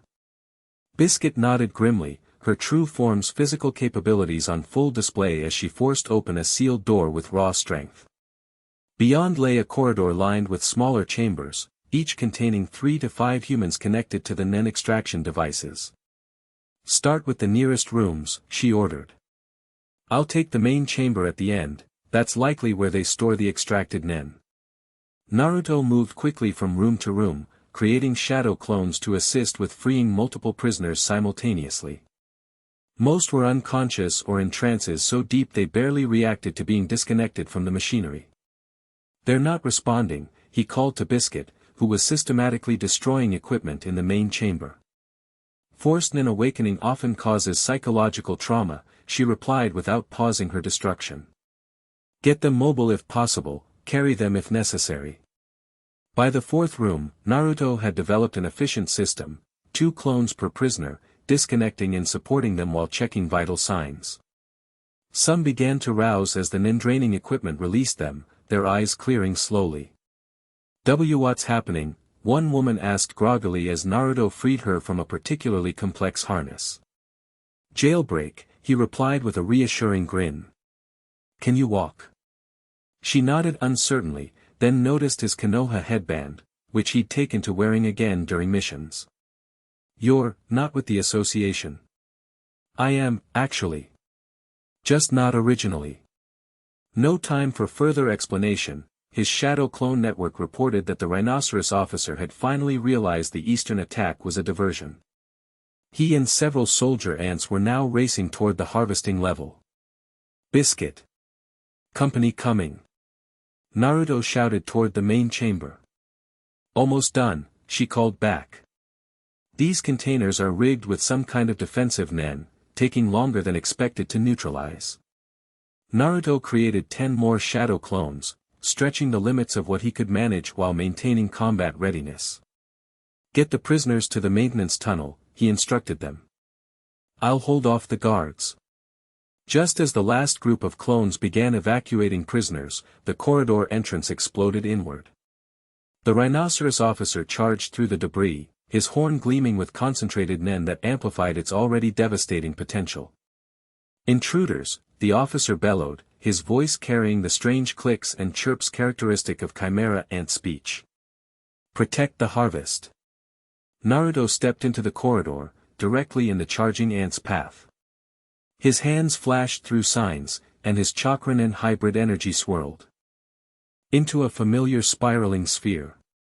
Giant Rasengan, he shouted, naming the technique out of habit as the massively expanded version of his signature jutsu formed in his outstretched hand. The rhinoceros saw the danger too late to alter his charge. The Rasengan met the nen-enhanced horn in a catastrophic collision of energy, a standoff that lasted precisely 1.3 seconds before the Rasengan's grinding force shattered the horn and continued into the officer's armored head. The resulting explosion threw both combatants in opposite directions. Naruto flipped mid-air to land on his feet, while the rhinoceros crashed through a wall into one of the now empty harvesting rooms. Soldier ants poured in behind their injured officer, their chittering calls communicating positions and strategies with insect efficiency. Unlike the mindless drones Naruto had encountered previously, these moved with coordinated purpose, evidence of both intelligence and training. Naruto. Biscuit emerged from the main chamber, her hands glowing with nen residue. Containers neutralized. We need to move. Little busy, he called back, engaging 3 soldier ants simultaneously. His taijutsu training served him well, allowing him to counter their multiple limbs and unorthodox attack patterns. Biscuit waded into the fray, her true form strength sending ants flying with each massive punch. The prisoners. Clones are escorting them up the maintenance shaft. Naruto ducked under a pincer swipe and countered with an uppercut that shattered an ant's mandibles. But we've got more incoming from the lower levels. The rhinoceros officer had recovered, emerging from the rubble with half his face missing but his combat capability apparently undiminished. His remaining eye fixed on Naruto with murderous intent. You, he growled. The king will reward me for your head. Gotta catch me first, horn face. The taunt worked exactly as intended. The officer charged again, this time more cautiously, but still with enough blind rage to make his movements predictable. Naruto waited until the last possible moment before sidestepping and driving a Rasengan directly into the officer's exposed flank. The impact sent the massive ant crashing into his own soldiers, creating momentary chaos in their ranks. Naruto used the opportunity to regroup with Biscuit near the corridor's exit. We've accomplished both objectives, she said between dispatching 2 more soldier ants with efficient strikes. Time to extract. Agreed. They fought their way back toward the maintenance shaft, using a combination of Biscuit's raw power and Naruto's shadow clones to clear a path. The facility's internal structure began to groan around them. Biscuit's destruction of the main chamber had apparently damaged critical support systems. Place is coming down, Naruto observed as they reached the shaft entrance. Good. Biscuit's normally composed features showed grim satisfaction. One less nen harvesting factory. They ascended rapidly, catching up to the last group of evacuating prisoners near the surface exit. Outside, the night air carried the sense of forest and freedom, along with the distant sounds of continuing combat from the eastern side where Naruto's remaining diversion clones maintained their deception. Head north into the forest, Biscuit instructed the rescued prisoners, pointing toward a ridgeline barely visible in the darkness. 3 kilometers that way you'll find a hunter named Nav waiting at a dimensional entry point. Tell him Biscuit sent you. As the last prisoners disappeared into the trees, Naruto created one final shadow clone. Guide them to Nav, he instructed it. Make sure everyone makes it. The clone nodded and took off after the refugees. Biscuit surveyed the facility, which was now visibly crumbling as internal explosions rippled through its structure. Mission accomplished, I'd say. Not quite. Naruto nodded toward the eastern entrance, where his diversion clones were being systematically eliminated by reinforcements arriving from elsewhere in the region. Those weren't just regular soldier ants. They had squad tactics, communications, organized response patterns. You think they've evolved their military structure? I know they have. And that rhinoceros officer recognized me specifically, called me something the king would want.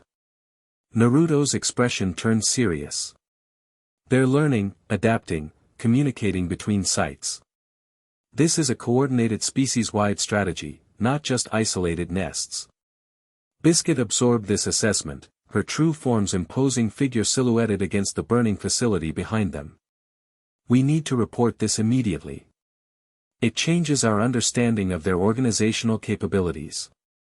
They moved swiftly through the forest, leaving the destruction behind them.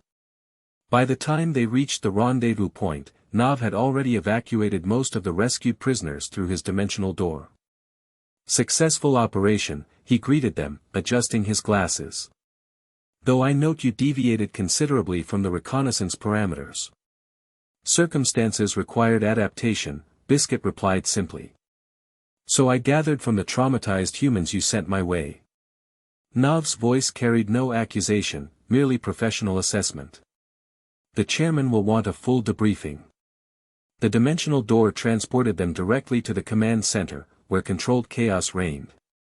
Multiple operations were apparently underway simultaneously, teams reporting from different locations around East Gorto, intelligence analysts processing data streams, and medical personnel treating injured hunters. Chairman Netero stood in the center of this storm, somehow projecting perfect calm while directing the complex dance of personnel and resources. He noticed their arrival immediately. Biscuit, Naruto. I see your reconnaissance developed complications. Nen harvesting operation, Chairman, Biscuit reported concisely. Systematic extraction from forcibly awakened humans. We neutralized the facility and evacuated 57 prisoners. Netero's expression didn't change, but his aura briefly intensified, a tell that Naruto had learned to recognize as controlled anger. Show me, he requested. Naruto created a shadow clone that transformed into a three-dimensional map of the facility, complete with annotated sections showing the harvesting chambers, storage areas, and security systems. It was a technique he developed during their training, combining transformation jutsu with his perfect clone memories to create detailed briefing models. Impressive display, Netero commented as Naruto walked him through the facility's layout and operations. This confirms our intelligence from other sectors.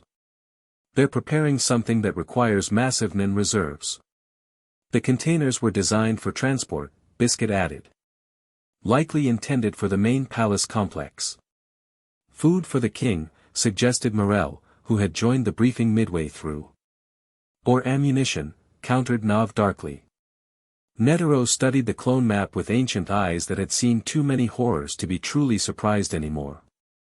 Regardless, you've dealt them a significant blow. Well done.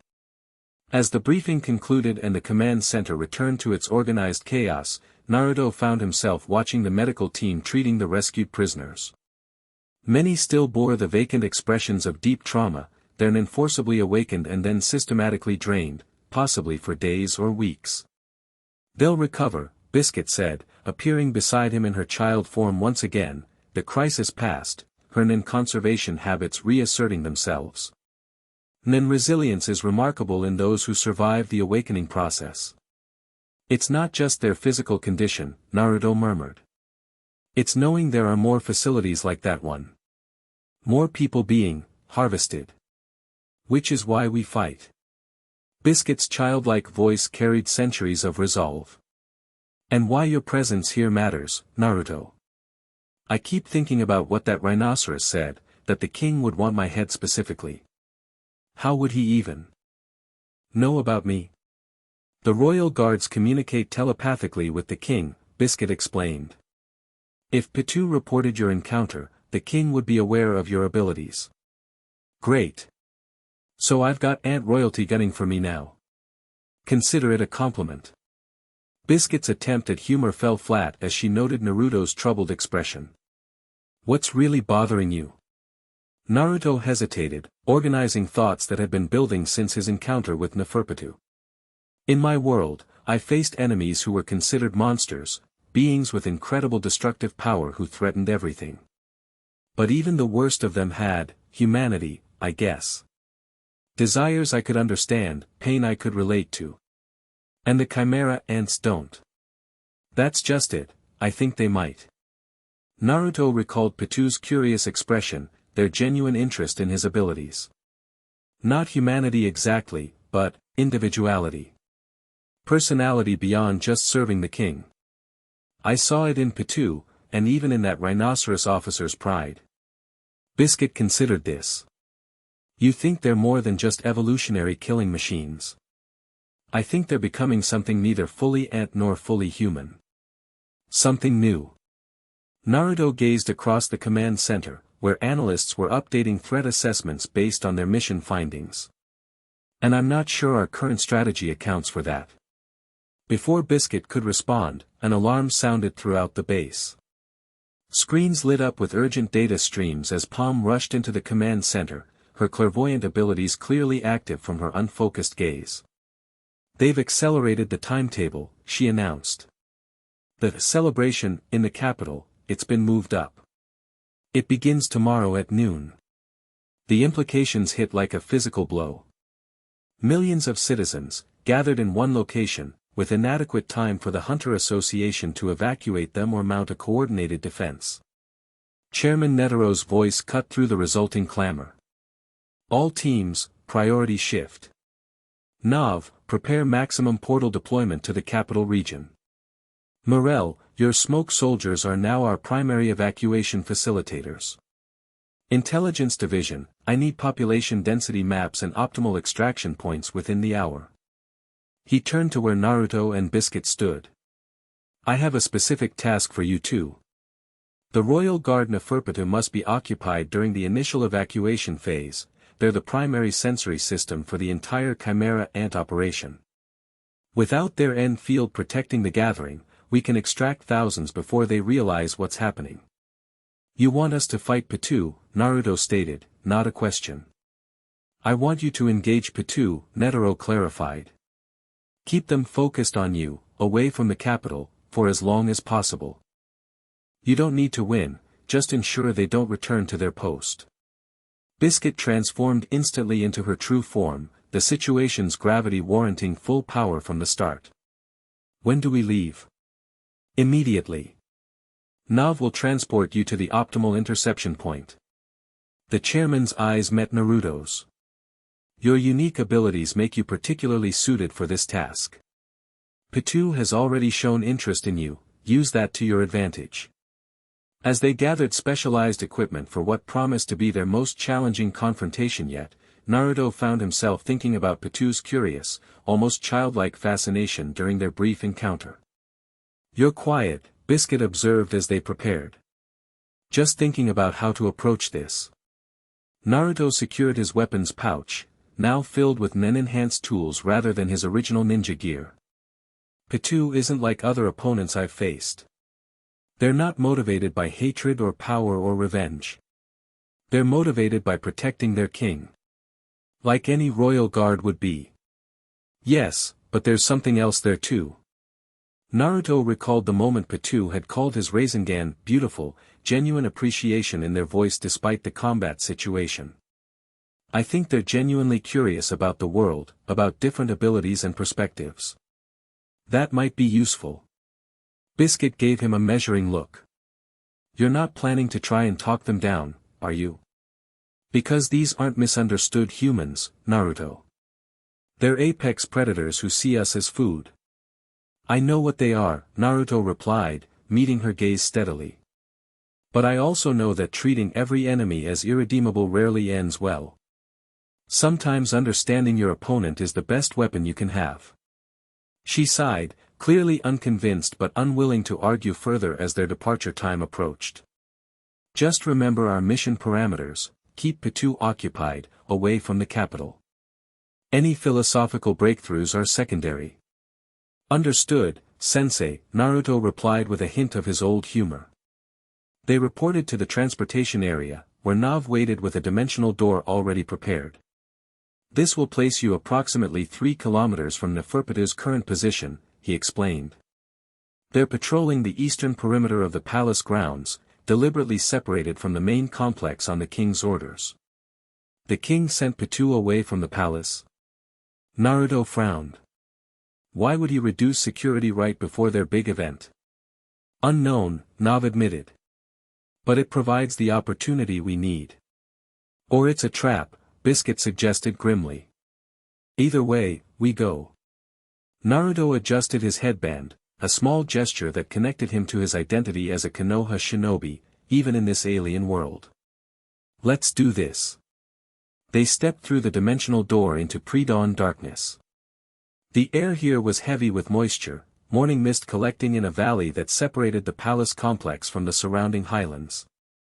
Perfect conditions for a controlled encounter, providing natural cover while limiting Pitou's sensory advantages. Therein has a maximum radius of approximately 2.8 kilometers, Biscuit whispered as they oriented themselves. We're just outside that range currently. So they don't know we're here yet. Correct. But once we enter their range, we'll be detected immediately. Naruto closed his eyes, extending his senses as he'd learned to do both through his ninja training and Biscuit's nin instruction. The world around him resolved into patterns of energy, ambient nen from the environment, the concentrated power of various creatures, and, in the distance, the overwhelming presence that could only be Neferpitou. They're moving, he murmured. Patrolling the perimeter, but in a specific pattern. Almost like, they're searching for something. Or someone, Biscuit added meaningfully. Their encounter with you clearly left an impression. They advanced cautiously through the misty valley, using natural cover and maintaining Zetsu until they reached the optimal confrontation point, a relatively open area with multiple retreat options but minimal collateral damage potential. Remember the mission, Biscuit said as they prepared to deliberately break Zetsu and announce their presence. Engage, contain, distract. Not eliminate. Got it. Naruto formed the hand signs for his shadow clone jutsu. Let's introduce ourselves. 20 shadow clones materialized around them, each immediately dispersing in different directions while maintaining just enough nen output to be detectable by Pitou Zen. The response was immediate. The massive, dome-like N field that had been gradually sweeping the area suddenly contracted, focusing with laser precision on their location. Within seconds, a white blur shot through the morning mist, resolving into Neferpitu's lithe form as they landed gracefully 30 meters from where Naruto and Biscuit stood. You came back, Pitou's sing-song voice carried genuine delight. Their eyes fixed on Naruto with predatory focus. I told the king you would. Sorry to disappoint, Naruto replied casually, but we're not here to surrender. Just to talk. Pitou tilted their head curiously, cat ears twitching. Talk. Humans usually run or fight. Talking is new. Biscuit maintained her combat stance, clearly skeptical of this approach but following Naruto's lead for now. We know about the nen harvesting, Naruto continued. The facilities where you're draining humans of their energy. Why? What does the king need that much nen for? Something flickered across Pitou's features, surprise, perhaps, that they knew this information. Evolution requires energy. The king's perfect world requires resources. At the cost of millions of lives, Biscuit interjected, her true form's powerful voice carrying easily across the clearing. Pitou's attention shifted to her, their expression calculating as they assessed this new threat. Lives are plentiful. Potential is rare. Their gaze returned to Naruto. Like yours. You don't belong here, yet you fight for this world. Why? The question seemed genuinely curious rather than tactical, another glimpse of the individuality Naruto had sensed during their first encounter. "Because that's what I do," he answered honestly. "Protect people who can't protect themselves. It doesn't matter what world I'm in." Fascinating. Pitou took a step forward, causing Biscuit to shift her stance in response. "The king would find your perspective interesting. You should meet him. Not as enemies." "Not happening," Biscuit stated flatly. "Then we have nothing to discuss." Pitou's playful demeanor vanished, replaced by cold efficiency. Their aura exploded outward as they activated Terpsichora, the puppet-like Nin ability enhancing their already formidable physical capabilities. The king's celebration must not be interrupted. They launched forward with blinding speed, aiming directly for Biscuit, correctly identifying her as the more conventional threat.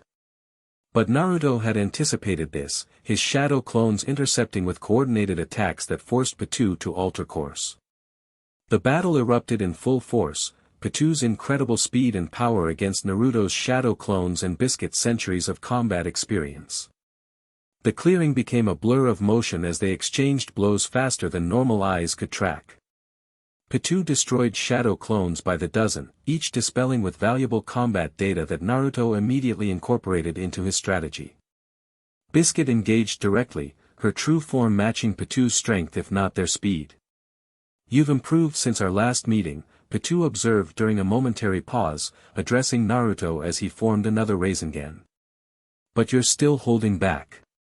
"Why?" "Because killing isn't always the answer," Naruto replied, the swirling energy in his hand pulsing with controlled power. "Sometimes understanding is better." "Understanding?"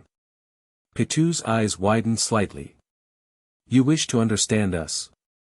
The question held genuine surprise, as if the concept of an enemy seeking comprehension rather than destruction was entirely novel. Before Naruto could respond, Biscuit launched a devastating attack combination that forced Pitou back on the defensive. The Royal Guard responded with increasing intensity, their playful curiosity replaced by combat focus. The battle escalated, with Pitou revealing more of their true capabilities. Their Dr. Blythe ability, a massive puppet-like construct used primarily for healing, emerged briefly when Biscuit landed a particularly devastating blow to their torso. "We need to push them further from the palace," Biscuit called to Naruto during a momentary reprieve. "We're still too close to their normal patrol route." Naruto nodded, forming a new set of hand signs. This technique, a hybrid he developed during training, combined wind release principles with emission nen. The result was a directional pressure wave that didn't aim to damage but rather to push. Wind style, vacuum pressure wall. The technique erupted between Pitou and the palace, creating a barrier of compressed air that momentarily disrupted their footing and forced them to leap away, exactly in the direction Naruto had intended. Recognizing the strategy, Biscuit immediately pressed the advantage, hurting Pitou further from their assigned post with powerful, calculated attacks. The battle continued this way for nearly an hour, a complex dance of attack, counter, and positional maneuvering that gradually led them deeper into the wilderness, away from both the palace and the capital where the evacuation operation would soon begin. Throughout the engagement, Naruto noted something curious about Pitou's fighting style. Despite their overwhelming power and clearly lethal capabilities, they seemed to be matching rather than exceeding their opponent's intensity, almost as if the combat itself was an experiment they found fascinating. During one exchange, after Pitou had destroyed another set of shadow clones with elegant efficiency, Naruto called out to them. "You're learning our techniques," he observed. "Studying us while we fight." Pitou's eyes gleamed with something like approval. "Yes. You're different. Especially you." They nodded toward Naruto. "Your energy, it teaches me new possibilities." "Is that why you're not fighting at full capacity? Because you're studying rather than trying to kill us?" A smile spread across Pitou's feline features, not the predatory grin they'd shown before, but something almost childlike in its enthusiasm. "You noticed." "How clever," Biscuit shot Naruto a warning look, clearly concerned about this line of dialogue. But he pressed on, sensing an opportunity. The king sent you away from the palace today. Why? Shouldn't you be protecting him during the celebration? Something shifted in Pitou's expression, a flicker of confusion, quickly suppressed. The king's wisdom is absolute. I patrol where directed. Even when it doesn't make strategic sense. Naruto pushed. Even when it separates you from your primary duty? My duty is obedience, Pitou responded, but their voice lacked the certainty of before. The king requires my absence for the celebration's success. Because he knows you might object to what happens there, Naruto guessed, the pieces suddenly connecting. The harvesting we saw at that facility, it's a test run. The celebration is a mass harvesting event, isn't it? Pitou didn't answer directly, but their aura fluctuated momentarily, a tell that confirmed Naruto's suspicion. You don't approve, he continued, keeping his voice conversational even as they continued their combat dance. That's why the king sent you away. Because unlike the other guards, you've developed enough individuality to question. Enough. Pitou's aura exploded with genuine rage for the first time, their attack pattern shifting from measured study to true killing intent. You know nothing of my loyalty to the king. The sudden escalation caught even Biscuit by surprise. Pitou moved with devastating speed, their claws raking across her arm before she could fully block, drawing first blood in what had been, until now, a relatively controlled engagement. Naruto. Biscuit warned, blood streaming from the deep gashes. They're done playing. He recognized the danger immediately. Pitou's expression had transformed, the curious, almost playful demeanor replaced by cold fury. Their next attack targeted Naruto directly, claws aimed for vital points with precision born of both instinct and acquired knowledge of human anatomy. Time to get serious. Naruto dropped the conversational approach and fully committed to combat, his chakran and hybrid energy surging to new levels. The orange-golden aura around him intensified, and for the briefest moment, he felt Kurama stir within him, still dormant, but responding to the danger. Multi-shadow clone jutsu. 100 clones materialized simultaneously, far more than he'd created at once since arriving in this world. The collective nin output was staggering, momentarily disrupting Pitou's attack through sheer energy displacement. The clones engaged in perfect coordination, using techniques from both worlds, Rasengan variants, nin-enhanced taijutsu, and hybrid abilities Naruto had developed during training. Biscuit recovered quickly from her injury, her own tremendous power adding to the assault. Pitou fought with increasing desperation, their perfect form sacrificed for raw destructive output. They were still devastatingly effective, destroying clones by the dozen, but the tactical precision that had characterized their earlier fighting was gone. They're emotionally compromised, Biscuit observed during a momentary regrouping. You touched a nerve. Yeah, but we've lost the controlled engagement, Naruto replied, creating more clones to replace those destroyed. They're fighting to kill now. Good. That means they're fully focused on us, not on what's happening at the capital.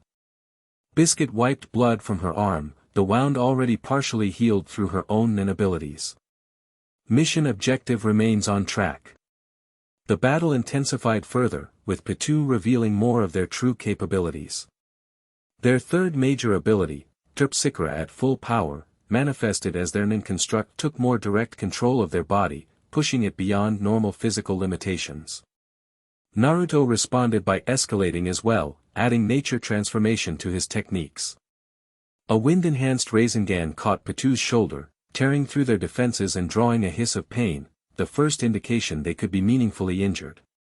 The confrontation had moved nearly 15 kilometers from Pitou's original position, well beyond the range where they could maintain end contact with the palace or sense the evacuation operation now surely underway in the capital.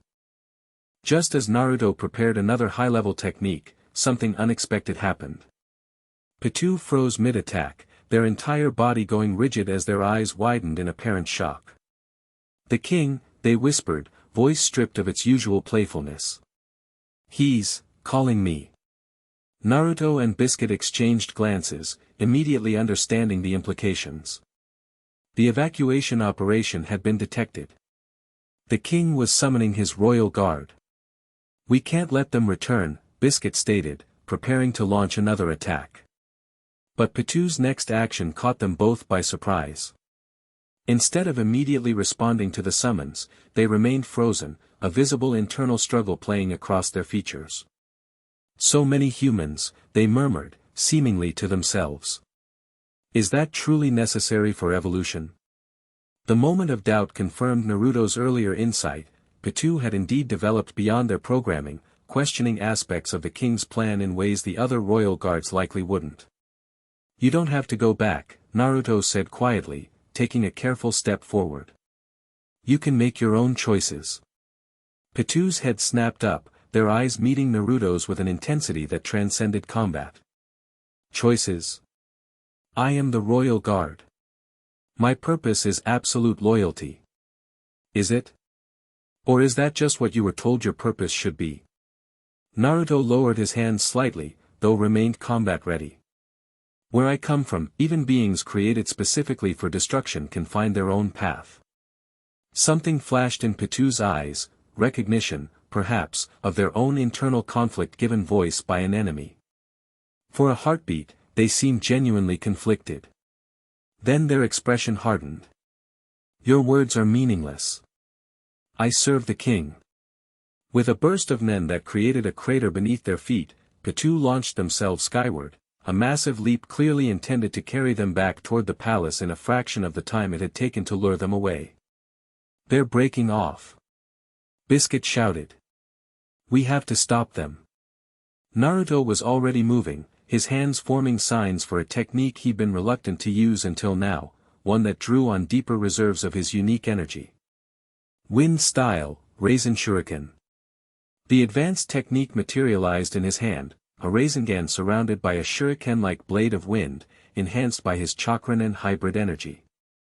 With precision born of countless battles, he hurled it toward Pitou's airborne form.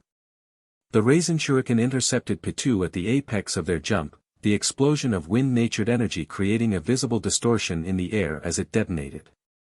Pitou's body was caught in the maelstrom, the microscopic wind blades cutting at cellular level just as they would have in Naruto's home world. But Chimera Ant physiology proved remarkably resilient.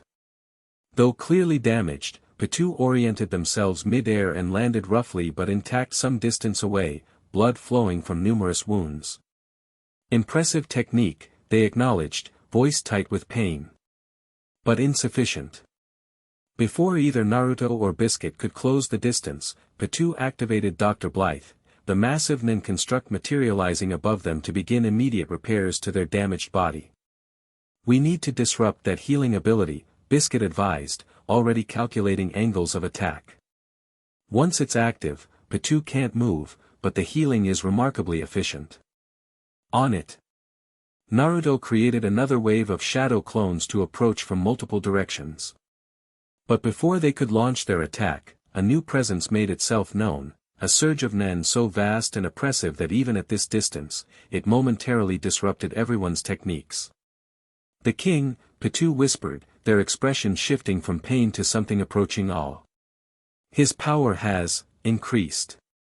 Naruto felt it too, a distant but unmistakable pressure unlike anything he'd encountered in this world. Similar, perhaps, to the most powerful enemies he'd faced back home, but with an alien quality that defied easy categorization.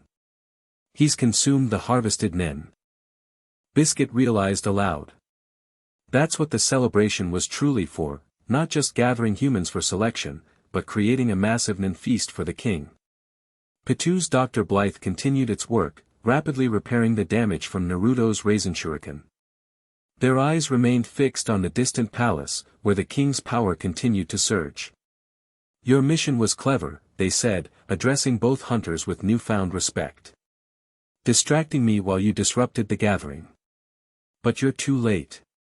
The king has already achieved his evolution." "At the cost of how many lives?" Naruto demanded.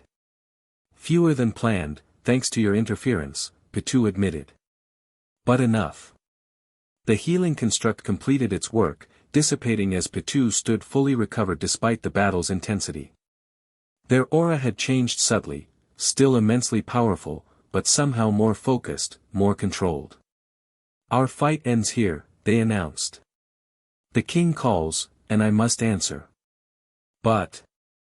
They fixed Naruto with a penetrating stare. "Your words about choice. I will consider them."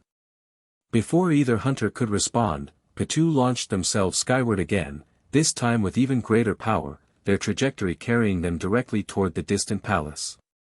"Should we pursue?" Naruto asked, though he already knew the answer.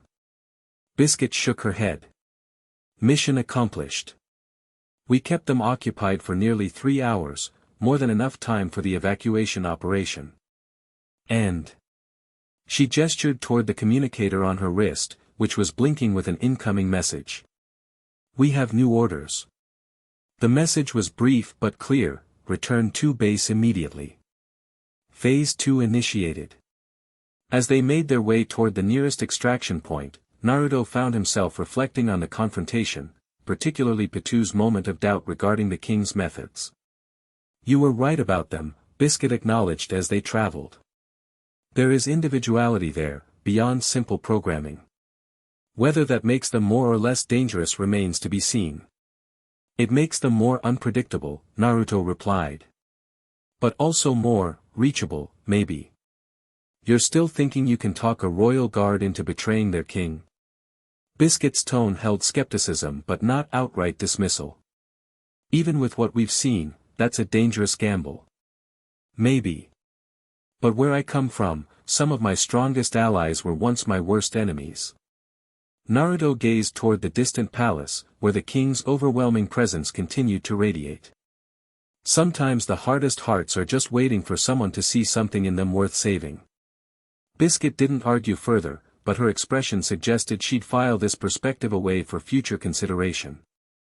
As a hunter who had lived for centuries, she'd learned that dismissing unusual approaches often meant missing unprecedented opportunities.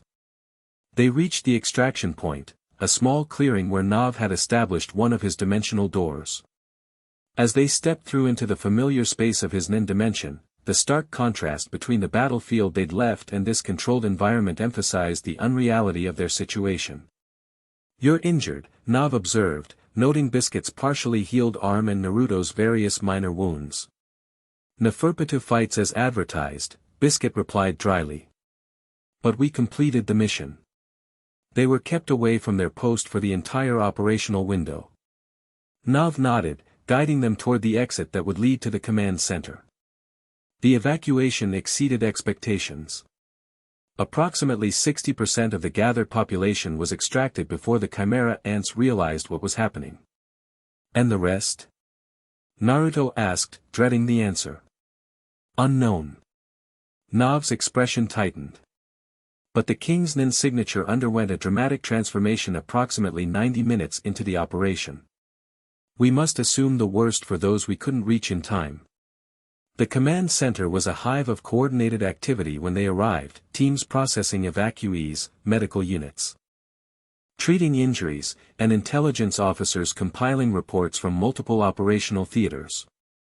Chairman Netero stood at the center, his ancient face set in lines of grim determination as he conferred with his top strategists.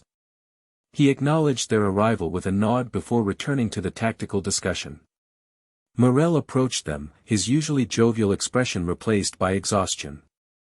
"You two look like you've been through hell." "Royal Guard level hell," Biscuit confirmed. "How did the evacuation go on your end?" "Better than expected, worse than hoped." Morel leaned heavily on his pipe. "My smoke soldiers evacuated thousands, but there were just too many people. And when the ants realized what was happening..." He didn't need to finish. The implications were clear in his haggard expression. "The king has evolved," Naruto stated, sharing what they'd witnessed from afar. "His Nen signature changed dramatically after consuming the harvested energy." "We felt it," Morel confirmed. "Even from the capital. Like a star going supernova." Medical staff approached to treat their injuries, but Biscuit waved them toward more serious cases. "We'll heal. Others need you more." As they found a relatively quiet corner to rest and recover, Naruto observed the controlled chaos around them. Despite the partial success of the evacuation, the atmosphere carried the unmistakable weight of a battle that had exacted a heavy toll. Phase 2, he recalled from their recall message. What exactly does that entail? Biscuit's expression turned somber. Direct confrontation. The chairman himself will face the king, while specialized teams target the royal guards and officer-level ants. When? Soon. They're finalizing the details now. She gestured toward the strategic planning area, where holographic displays showed the palace complex from multiple angles. With the king's evolution, the timetable has accelerated.